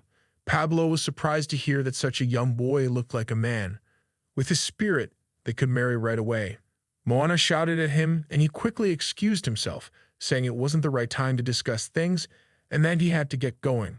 Louis was reading his book in bed while the twins were lying down. Pablo came in and told him that he had found all the shops that might sell the elixirs. Louis closed his book and sent a "let's head out" immediately. The twins asked where they were going and if they could join. Louis replied that he was fine going out with Pablo, so they should stay and rest. The twins started acting like annoyed children, saying they didn't want to stay behind and wanted to go out with them. Just then, Moana and Lucia came in and asked where they were going. Lucia added that they surely weren't planning to venture into those dangerous places again. They had even brought new clothes for the twins to change into. After the three of them changed, Moana and Lucia complimented how good they looked. Moana placed a hand on Cammy's head, saying she was worried their clothes seemed too thin for the winter. That's why she had prepared these clothes so quickly, and she was glad they fit. Cammy thanked her. Moana told Pablo that there were no words for someone who dresses his nieces and nephews in such thin clothes in winter. Pablo responded that it wasn't like that. He believed the kids were like dragons, so there wouldn't be any problems. Louis thanked her and said he would wear the clothes well. Lucia referred to him as the little prince and said it was nothing. Then Pablo and Louis left, and the others waved to them. Moana assured them that they would take good care of the twins while they were out. Lucia wished them a good time. Louis asked Pablo if he was sure they would find the elixirs. Pablo agreed, saying they could definitely count on him for that. Louis responded to "let's get going then." As evening fell, after hours of searching for the elixirs, Louis sat down, clearly disappointed that not a single shop was selling them. Pablo reassured him that they would surely find it in Lufthagen. He apologized, saying he hadn't expected this either. Louis, frustrated, muttered that it was really bad, and at this rate, Bozzy was going to be recorded as the first hatchling to die of malnutrition. Just then, they overheard an argument between two groups. Pablo wondered if they were fighting, and then he spotted Carrie among them. Louis agreed, wondering why Carrie was there. One of the men from the other group told Carrie to give up on Lucia, asking why someone like her would pay attention to a bad boy like him. Perhaps it was because Carrie was a manly man like the speaker himself. His group agreed, saying it was too much for a kid like Carrie. Carrie's 4 men drew their swords, angered by the insult. One of them asked if the other group realized who they were insulting with such reckless words. The leader of the second group asked if Carrie was considering declaring war against the Damon gang.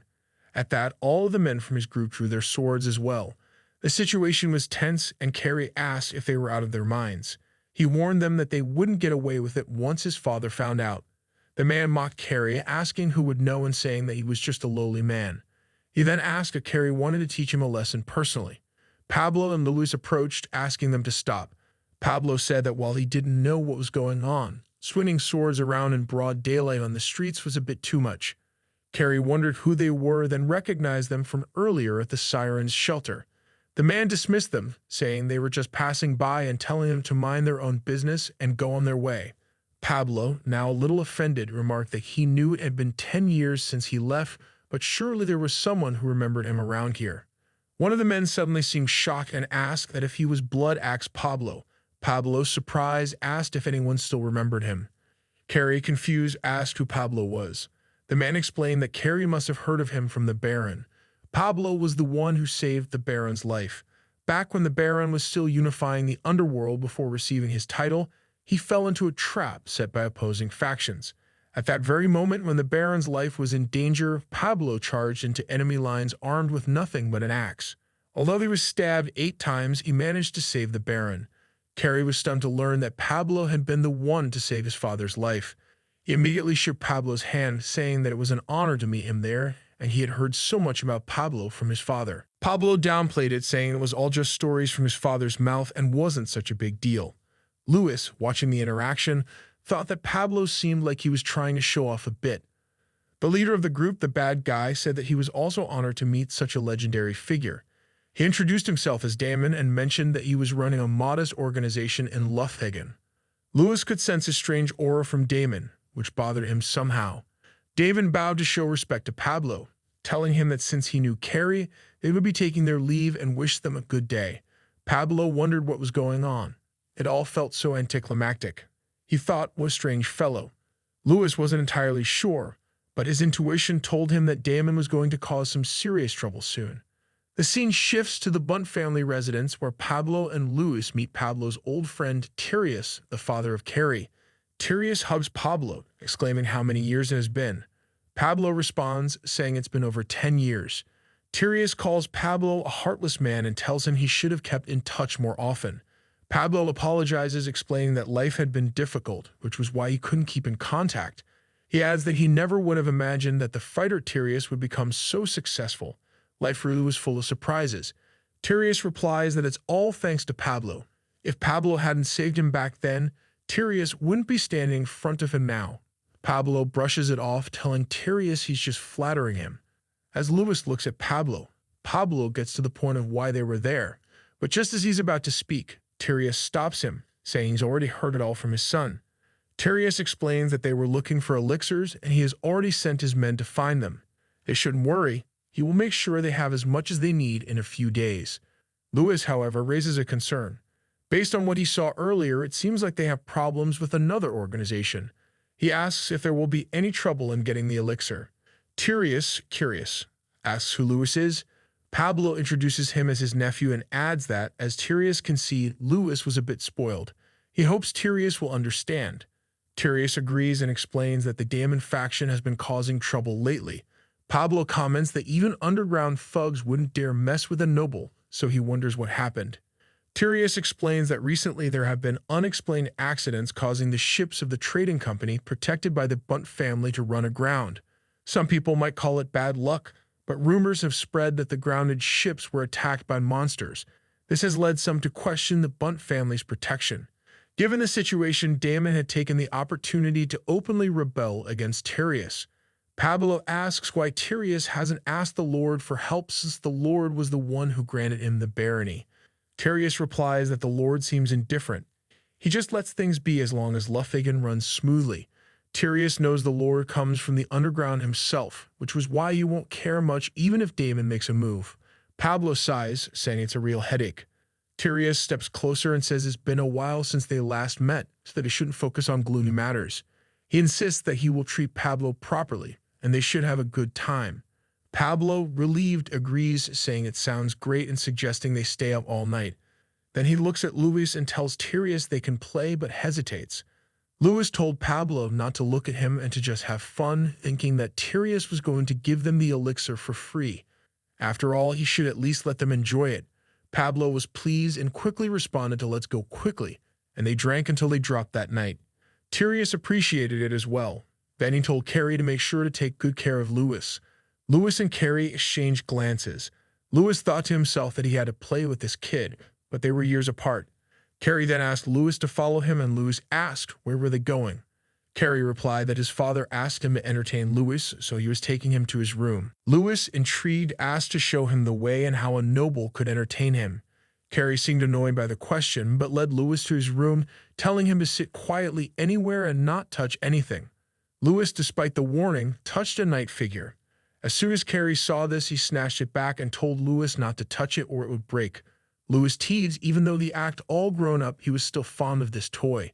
Carrie retorted that it was none of Luis's business, adding that the night figure was a limited edition and could break if Luis handled it roughly.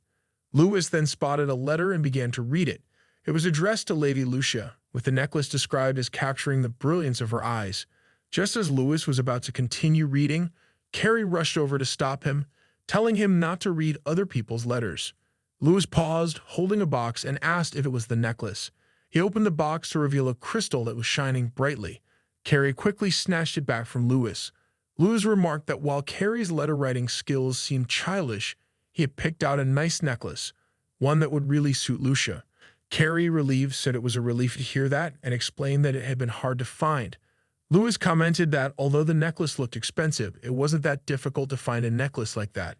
Carrie explained that it was different because it was the famous siren's tear. Louis nodded, confirming it was the siren's tear, but then he was taken aback. He asked, "Is that the real one, not the fake one?"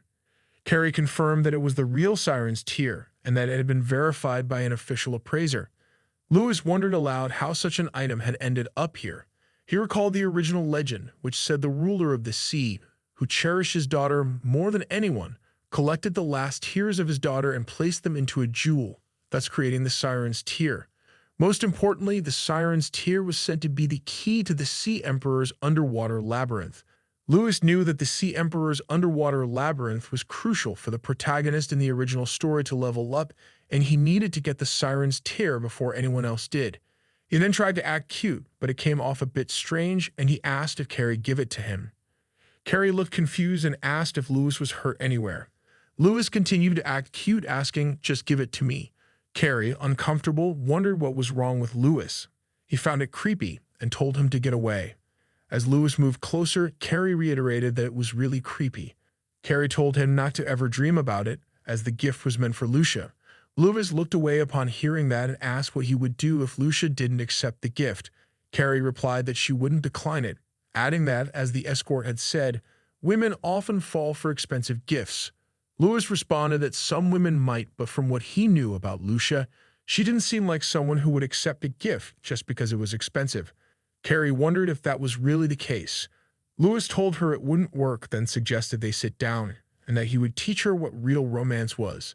As Louis explained, Carrie listened attentively, remarking that first and foremost, establishing a sense of closeness with the other person was important, and only then could feelings be gradually expressed.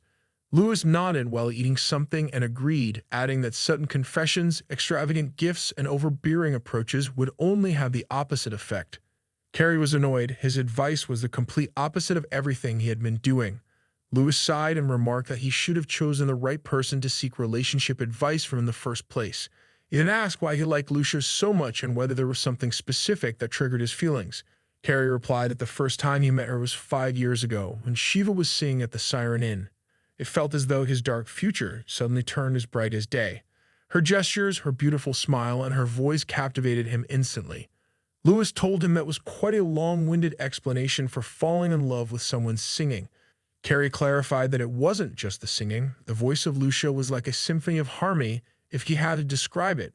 Louis asked if she sang so well, why she didn't sing anymore. Carrie explained that about 4 years ago, Lucia's favorite singer was performing and Lucia begged her parents to take her to see it.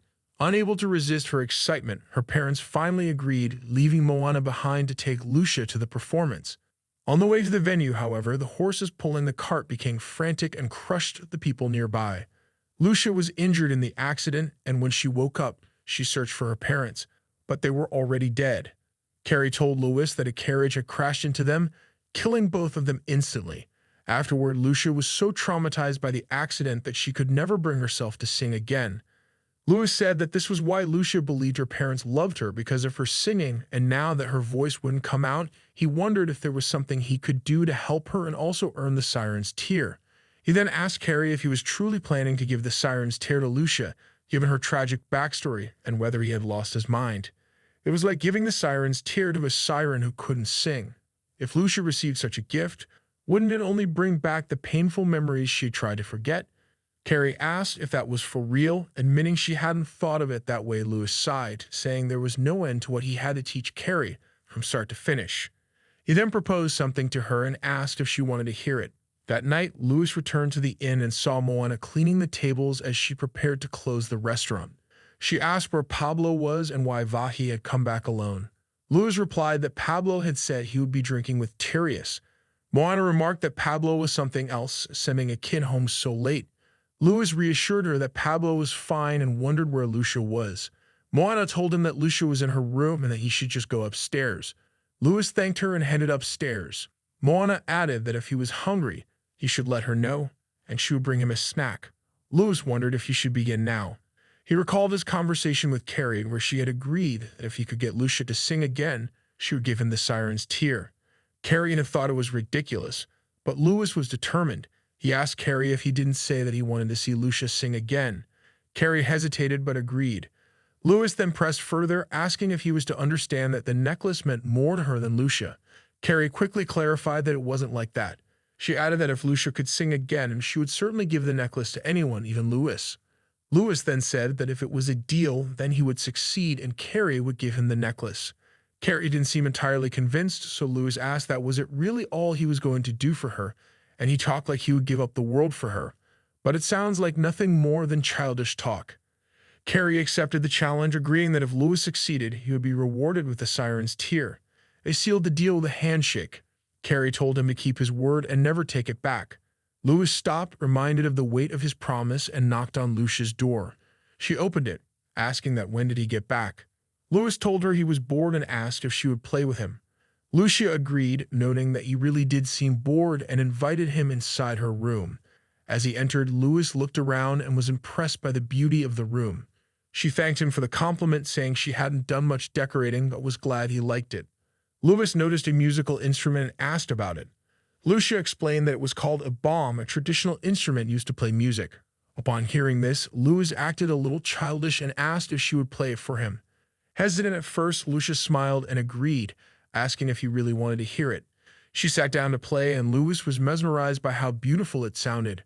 The pure tones of the bomb filled the room, and Louis thought to himself that no wonder Carrie was so smitten with her. When Lucia finished, Louis clapped for her. She mentioned that it didn't go as well as she had hoped, since it had been a while since she last played.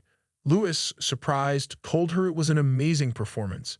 Lucia asked if he was serious, and hearing his praise, she felt a sense of relief.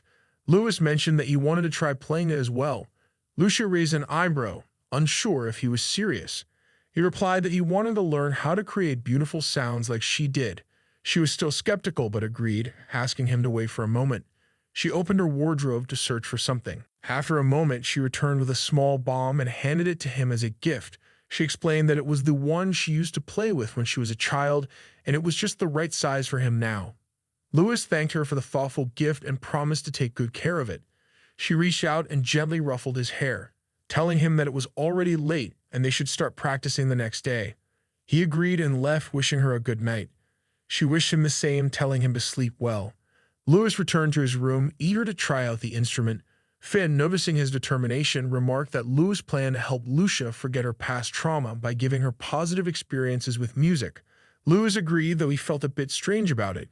He wondered if it would be faster to just use some mental music to alter her memories. Louis reflected that while quick fixes, like using shortcuts, might offer temporary relief, the pain would inevitably resurface. He believed kindness should be met with kindness and malice with malice. That was the rule he lived by.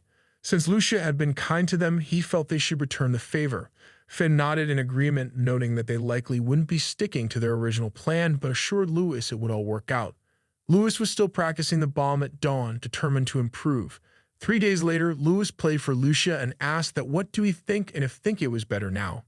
Lucia smiled and replied that he really did well, and then he picked up the larger bomb, wondering if he should try playing it too. Lucia was amazed. Louis was truly a prodigy. In just 1 day, he had mastered the grip technique, and by the second day, he had memorized all the chords. Louis was now effortlessly playing a piece that even adults struggled with, and Lucia couldn't help but wonder where he had come from. He then asked her to teach him the song. Meanwhile, the scene shifted to Damon, who was looking at a pamphlet mentioning the Full Catch Festival. It noted that participants were invited to join the Night of Chain Festival. Damon realized it was a singing event. A man nearby explained to Damon that it was one of the events of the Full Catch Festival held annually around this time. Contestants who applied competed in a singing contest for a prize. It was one of the most popular events of the festival, and he had heard that people were already practicing hard to win the prize this year as well. Damon smirked and remarked that it was perfect. The man asked what he meant by that. Damon replied that the more people gather, the louder the screams will be. The next morning, Pablo walked down the street, feeling as if he were dying. He thought he was getting old and never imagined that just a few days of drinking could be so difficult. As he walked, he heard the sound of singing from a nearby barn and wondered if it was Lucia, wondering if she had finally decided to sing again. But as he got closer, he saw that it was Louis playing, and he wondered if Pablo had arrived at just the right time. Louis noticed him and asked if Pablo had really come at this hour. Pablo smiled and sat down, explaining that Terius wouldn't let him leave. Then Pablo asked about the barn, as he had never seen Louis play an instrument before. Louis replied that Lucia had given it to him. Pablo, remembering what he had heard earlier, commented that Louis was no ordinary player and asked when he had started. Louis replied that he began when he arrived. Pablo was shocked and asked if Louis was saying he had been playing for less than a week and was already this good. Louis simply said he tried and worked hard at it. Pablo felt a little irritated but didn't comment. Louis then said that it was fine if Pablo had been drinking. But what about the task Louis had given him? Pablo reassured him that he was working on it, clearing out every elixir left in the Luthagen. Thanks to Terius spreading the word, Pablo had already collected around 20 lower grade elixirs. Louis didn't seem pleased by this, especially at the small number and low quality of the elixirs. Pablo defended himself, saying it was difficult to gather them, and recently finding elixirs in that area was as hard as picking stars from the sky. Louis thought for a moment and, despite their rarity, pointed out that in a port city with so much trade, elixirs should be more readily available. He wondered aloud if someone else was raising or researching magical beasts. Pablo denied this, saying he didn't know of anyone, but asked why Louis was asking. Louis replied that it seemed like someone had been buying up large quantities of elixirs before he could get his hands on them. He reminded Pablo that elixirs were typically used to enhance human attributes or to feed magical beasts. For humans, there wasn't much need to buy them in bulk, since there was a limit to how much one person could consume at a time. However, if someone were raising magical beasts, it would need a steady supply of elixirs in large quantities. Pablo thought about it and said that if someone in the city was raising magical beasts, there was no way Terius wouldn't know about it. Louis agreed, mentioning that it was strange that someone would go to such lengths to raise magical beasts without the Baron's knowledge. Louis then asked Pablo if he thought he could figure out who had been buying the elixirs recently. Pablo replied that it would take some time, but if he asked Terius, it wouldn't be so difficult. Louis instructed him to track down the final destination of all the elixirs from those people. Once he found it, he should take Finn and thoroughly search the place. Pablo agreed to do it, but asked why they needed to go through all this trouble. Louis replied that he wasn't sure yet, but he was starting to think Damon might be far crazier than he originally thought. Pablo stood up and said he would head off to get some sleep. Louis asked where he thought he was going. Confused, Pablo asked what Louis meant. Louis told him to stop thinking about it and just go out to do the work. Pablo explained that he had just come back and still had a hangover. Louis, seeming amused, stated that he had cut Pablo some slack, but now he thought Pablo believed he could slack off. He suggested they relive some old memories. Pablo reluctantly agreed and left the place. As he stepped outside, he noticed a party going on, and Louis, seeing the crowd, asked who they were. Pablo replied that the Full Catch Festival was starting soon. These days, the city was famous for trade, but it used to be a small fishing village. Back in the day, they held the Full Catch Festival every year to pray for the safety of the departing fishermen and for a bountiful catch. Over time, the tradition had turned into a grand festival. The highlight of the festival was the Night of Cain. Louis asked about the Night of Cain. Pablo explained that it was a singing contest where the best singers in the city competed for a prize, and it was quite a sight to behold. Lucia used to win first place every time she participated. As Pablo headed out, Louis stopped him, saying there was one more thing he had to do, and then he signed him up for the Night of Cain. Lucia was sitting in her room, watching the dawn break when Louis knocked on her door. She asked if he had been practicing the song she taught him. He confirmed, mentioning that he had a favorite ask. Lucia wondered what it was. Louis asked if she would take him to the festival he had heard would be held. The twins overheard the conversation and asked to join as well, saying they would have fun with him there. Lucia wondered if Louis really wanted to go to the festival, especially with all the noise and activity around lately. It was only natural to be curious. However, the problem was that, due to the festival season, the inn was already full of tourists, making it hard to leave. Just then, Moana entered, announcing that they were all going to the festival. She patted Louis' head and said that since the kids wanted to go, they'd take them for sure. Lucia asked if Moana was serious and what about the inn. Moana replied that it would only be for one day and that the inn wouldn't go bankrupt just by closing for a day. Besides, the real crowd hadn't even arrived yet, so they could enjoy themselves for the day and work hard the next day. Lucia agreed and said they should get ready to head out. Moana was thrilled about it. Cammy wondered if there would be lots of yummy food. Lucia smiled and promised she would buy them plenty of delicious treats. Cammy excitedly said it was going to be fun. Louis, watching the scene unfold, thought it was good that everything was going according to plan. It was time to move on to the next step. That night, Finn, dressed in her detective outfit, was scouting around the area. She rushed inside a container, wondering if it was the warehouse Pablo had mentioned. She recalled Pablo telling her that merchants usually traded elixirs at the warehouse on the western end of the port. While she wasn't sure what Louis was looking for, she knew she had to investigate the building. She reminded herself to press on, determined to uncover whatever was hidden there. Finn climbed to the upper open window of the warehouse and saw two men playing cards. She crouched down to hide and watched them closely. One of the men complained that he was bored and wondered how much longer they had to stay in the damp warehouse. The second man told him to stop complaining and just play his cards, as the boss had said he would contact them before the festival ended. Suddenly, they heard a noise and Finn, curious, guessed it might be a beast. The first man grumbled that it had gone quiet again, while the second man said he fetched it last time, so it was his turn now. The first man went to check the container, muttering about how much the beast needed to eat before it was satisfied. Finn quickly caused a few rats to scurry across the floor, and when one of them hit the man's leg, he stumbled, causing the container to topple. Green contents spilled out from the container. The second man grew angry, shouting that he couldn't even live properly with this mess.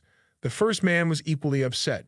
Finn thought the contents looked like elixirs and wondered if all the crates in the warehouse were filled with them.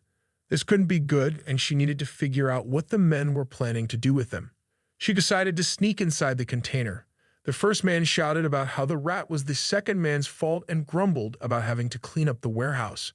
The first man rushed downstairs, grumbling that the second man acted all high and mighty, but he was just as stuck there as he was. Finn wondered where the stairs led and what was in the basement.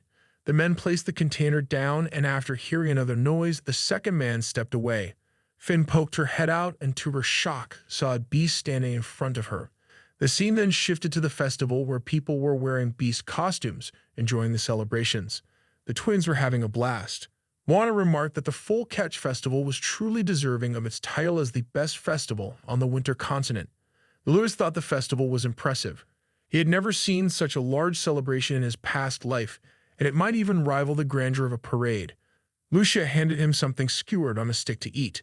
Louis asked what it was, and she explained that it was called the frozen fruit, a special treat only available during the festival. She thought he should try it. When he did, he was delighted by the taste, which reminded him of the candied fruit he had eaten in his previous life. Lucia asked how it was and wondered if he had ever tasted anything like that before. He mentioned that it was incredibly delicious, and then, in the background, he heard the sound of music coming from a nearby barn. Someone must have been playing.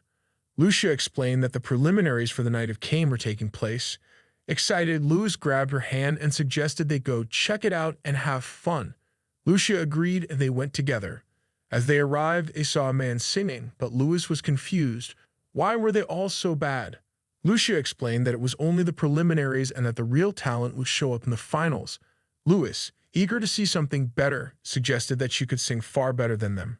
Lucia seemed hesitant, but Louis couldn't take it and insisted they leave to find a better performance. Surprised, she followed him, wondering where he was taking her in such a hurry. They reached a man who asked who they were and informed them that they needed to sign up in advance to participate in the event. Louis told him they were signed up under the names Louis and Lucia, and if the man checked the list, he'd find their names. The man's eyes widened in shock, and he asked, "Is this the siren, Lucia?"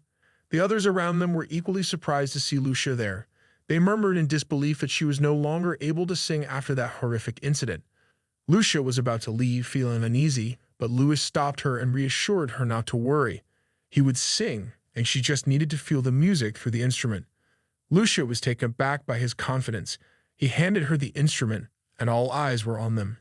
As she hesitated, the man asked if she wasn't ready and if she needed more time so they could move on to the next participant. Just then, Louis stepped onto the stage, greeting everyone as he emerged from the siren's shelter. They had all been so patient, enduring the subpar performances up until that point. But now Lewis was about to introduce them to his accompanist Lucia. When she appeared on stage, the crowd went wild, applauding her. She felt a little strange and told him that she didn't think she'd be able to do it.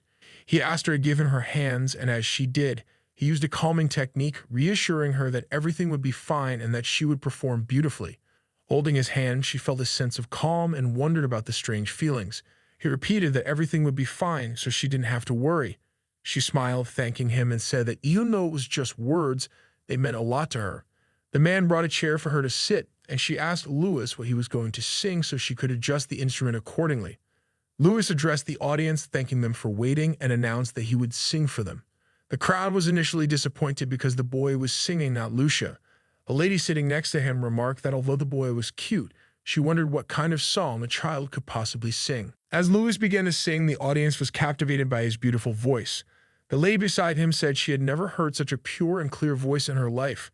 Lewis continued, singing that what they were showing was certainly true, and even though life may last about 500 years, why was it so troubled?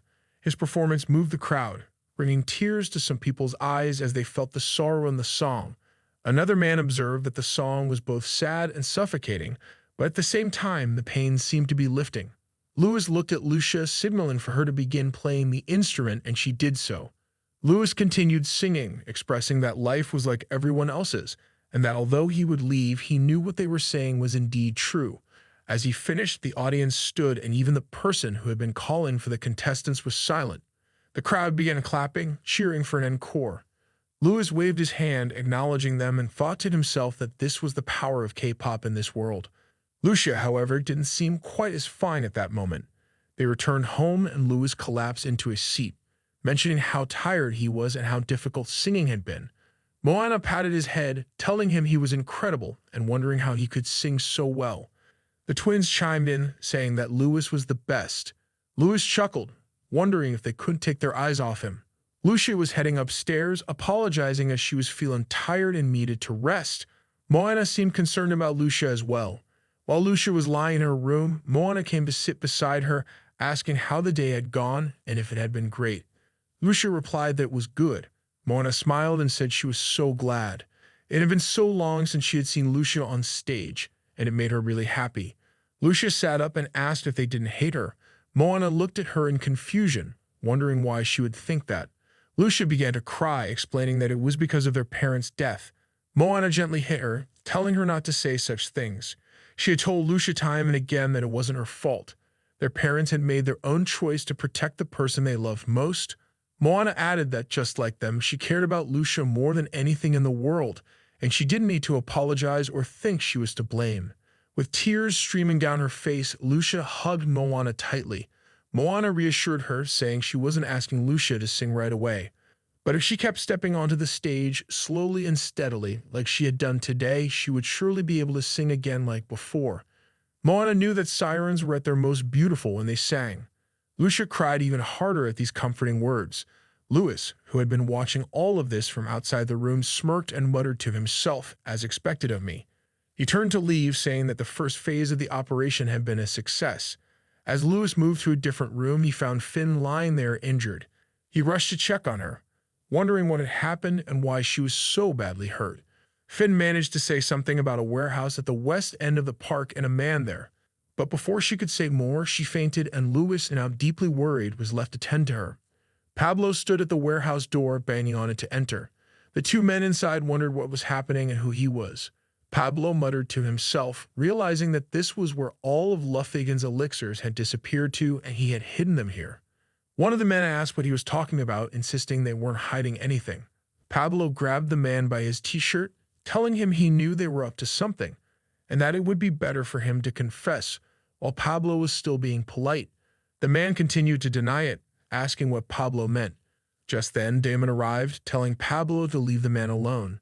He didn't know what Pablo was doing there, but suggested they could clear up any misunderstandings if they just talked. Ignoring Damon, Pablo threw the man into the fog and said that the ones who want to talk were usually the ones with something to hide. He then turned to Damon, demanding to know why he had hidden all those elixirs in the warehouse. Was he plotting something shady? Damon replied that he didn't understand what Pablo meant by plotting, but that the elixirs had been legally purchased and were meant to be exported to the autumn continent. He wasn't sure where Pablo had gotten his information, but he insisted that Pablo was mistaken. Pablo raised an eyebrow. Is that so? Well, I will just check the warehouse myself, he said, his voice full of suspicion. Damon shrugged, telling him to go ahead if he wanted to. Pablo headed toward the door to descend into the basement, wondering about the place. It used to be where small fishing boats were built back when Lufthagen was just a fishing village. Damon explained that they sometimes used it to move goods. Lewis, who had been watching from the side, remarked that it seemed like a good place to hide something like a magical beast. Pablo threw his giant hammer towards the clan way, expecting some reaction. But to his surprise, nothing happened and his hammer bounced away. He frowned, wondering why there was no reaction. Damon said it was because there was nothing there, just as he had told Pablo. Shocked, Pablo pushed forward, determined to check for himself. He insisted that he wouldn't give up so easily. Damon followed with a fire stick, warning that if Pablo pushed any further, things would not remain calm. Pablo reached the wall and stopped, staring at it in disbelief. Damon reiterated that there was nothing there, and if Pablo kept pushing, he wouldn't just sit back and watch. Frustrated, Pablo left the warehouse with his hammer, clearly disappointed. As he emerged, he saw Luis and Moana waiting outside. Luis asked what he was doing there, and Moana asked him to find Pablo. Pablo approached, explaining that he had already checked the underground waterways and found nothing. Luis suggested that maybe they had already moved it elsewhere, and told Pablo to step aside. Luis would take care of it from there. Pablo greeted Damon, mentioning that he remembered meeting him earlier. Damon asked who he was. Luis introduced himself, explaining that he was staying at the Siren's shelter with Pablo. A man nearby told Damon that this was the kid he had mentioned earlier, the one from the Kane's Night preliminaries. Damon turned to Luis and asked if he was the one who had gone on stage with Lucia, and he heard that Luis sang very well. Luis nodded in agreement. Damon remarked that it must have been difficult to persuade Lucia to perform on stage, but that was quite impressive. He then asked if Luis had also convinced Pablo to join him. Luis was curious, asking what Damon meant by that. Damon responded, accusing people without evidence can lead to terrible consequences, like what happened to Lucia's parents. Pablo, clearly angered, asked what he just said. Luis quickly intervened, explaining that Pablo could be a bit simple-minded and tended to act without thinking things through. He promised to talk to him later. Damon appreciated Luis' understanding. As Damon prepared to leave, Luis mentioned that there was something he was curious about. Damon asked what it was. Luis pointed to the horn flute Damon was carrying and asked what it was for. Damon, slightly taken aback, asked why Luis was curious about it. Luis replied that it seemed nice and he was thinking of getting one for himself. Damon told him that it wasn't something easy to find, it was quite rare and hard to acquire. At that moment, they entered the room and shut the door. Once inside, Pablo asked Luis what they should do now. Should they tell Terius? Luis shook his head, replying if Terius gets involved, a war could break out in the city and innocent people could die. Besides, they can't ruin Lucia's return to the stage over something like this. Pablo, puzzled, asked about her return. Luis explained, I had a plan to take more time bringing her back, but it looks like I will need to speed things up. This was going to be the most spectacular festival yet. Meanwhile, in the warehouse, Damon grabbed the collar of the man, demanding to know what was going on. Firstly, the creature that had been quiet suddenly started acting up, and now Pablo's snooping around. What's going on with the warehouse management? The man, nervous, admitted he didn't know. Damon sighed and drew his sword. It's unfortunate, he said before stabbing the man. As the man fell, Damon remarked that it seems they will have to move the plan forward. The second boy hesitated, asking if it was time to move the plan, even though they hadn't fully tamed it yet. Damon replied firmly that there's no time to waste. Now that Pablo has caught wind of something, they need to act before we're exposed. They will release it at the same time as the Kane's Night final tomorrow, and it's going to be a grand festival. Pablo told him that no matter how much he researched, there was no sign of the sea beast anywhere. So Luis asked if Damon was still certain that Damon would make a move. Luis agreed, saying that since Damon had been captured, he wouldn't be able to deny it any longer. If his goal was to take down Terius, he would want to stir up chaos during the festival, and then present himself as the one to resolve it. It would be the perfect opportunity to make a strong impression on the Lord. Pablo responded that in order to do so, Damon would need to control the sea beast. He asked if this meant Damon was a druid like Jacob. Luis clarified that Damon was not a druid and that he hadn't sensed any mental magic from him, but he did have a very rare item. Lewis believed the Sea King's horn was a flute carved from the horn of a sea dragon, according to legend. It was said that whoever controlled it could command sea beasts at will. Lewis didn't know how Damon had obtained such a treasure, but with it, even without being a druid, he could easily control the sea beasts. Lewis mentioned that if they could steal the horn, they could drastically shorten their plans for heading to the Autumn continent. That was when Pablo understood the real goal.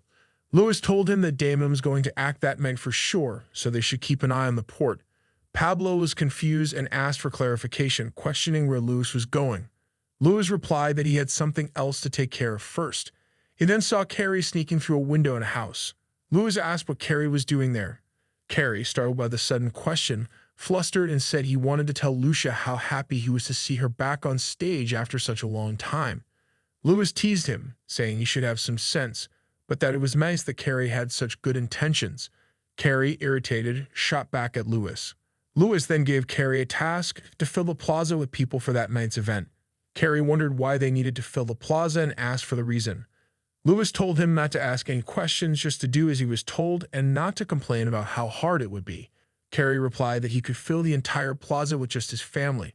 Lewis appreciated that response and left, but not before adding that Carrie should bring a bouquet of flowers. Lewis said that Carrie would want to score some points at the right moment. Carrie wondered what the right moment was. The night of the festival arrived and the plaza was packed with people. Lucia, observing the crowd, remarked on how many people there were. She mentioned that even during the last Cain's night, it hadn't been so crowded. Lewis thought to himself that Carrie had really done it. He had filled the plaza. As the audience cheered with excitement, the host lady thanked everyone for attending. Lucia thought to herself that she had never imagined such a day would come again. And if it weren't for Lewis, she couldn't have even dreamed of it. The man on stage announced that the next participants were the ones everyone had been talking about, so he urged the audience to give a rousing welcome to Lewis and Lucia. Lucia, still overcome with fear, felt the pressure as many people in the crowd reached out to touch her hand, telling her she had done enough and to stop running from her painful memories. She wondered what they meant by that. Lewis, direct than the others, told her that what would her late parents say if they saw her avoiding singing just because of the guild? Was this really how she wanted to live? Lucia was taken aback and asked that how did he know that. Lewis didn't answer and simply stepped onto the stage with a bow. Lucia called out to him, and he paused, turning to her. He warned her to think carefully, and what did she think her parents really wanted for her? She stood there, wondering what they would have wanted. Lewis stood alone on the stage with his bow. A man in the audience whispered, why was Lewis performing alone? The woman beside him seemed disappointed, noticing that Lucia wasn't there. Lewis began to play the bow and his music filling the air as he sang. In the cold winter, I slept under a warm blanket, walking through a snowy field that sparkled like jewels in my dreams. As I walked, snowflakes fell from the sky. As he continued, the man next to him realized that the song The Dream of a Child, which he used to sing it with my parents when he was a kid. The lady beside him recalled that Lewis had sung an unfamiliar song during the preliminaries, but it seemed that now he was singing something everyone recognized. His voice was mesmerizing, almost magical. Some in the crowd felt as if they had been enchanted. Lewis continued, his voice steady and filled with emotion. In the dark forest, I heard a scary sound. A monster with white fur was chasing me, and I was so scared, calling for my parents to help. As Lewis sang, Lucia's mind wandered back to her past, remembering her family. She thought about what her parents would have wanted for her as she listened to the haunting song. She then stepped onto the stage, continuing the lyrics. They looked down at their beautiful child, fast asleep under a warm blanket. The child whimpered, scared from a bad dream, but it was all right. The parents were there. Father would fight off the monster with his axe, and Mother would hold the child tight. Tears welled up in Lucia's eyes as she sang. Moana, watching from the audience, was deeply moved. The scene reminded her of the conversation she had had with Lewis earlier, when he had asked about the lullaby their parents used to sing when they were children. Moana had wondered why Lewis wanted to know, and he had simply replied, I want someone to hear it. Moana became emotional as she realized that what Lewis had asked her to do was exactly what she needed. She felt incredibly thankful to him for it. Lucia continued singing, her voice so soft and comforting. The parents were always by their side, until the warm sunlight melted the snow. Finally, Lewis brought the song to a close. Carrie, overwhelmed with emotion, was crying as he clapped enthusiastically, appreciating Lucia's performance. The audience, too, recognized the song as a siren's lullaby, and they all joined in with applause. Lucia smiled gratefully and thanked them all for their support. As she stepped down from the stage, Louis nodded to her and quietly left the area, confident that the first part of their plan had been executed perfectly. Now, with the festive mood in full swing, it was time to make sure nothing would disrupt the celebration. It was time to finish the rest.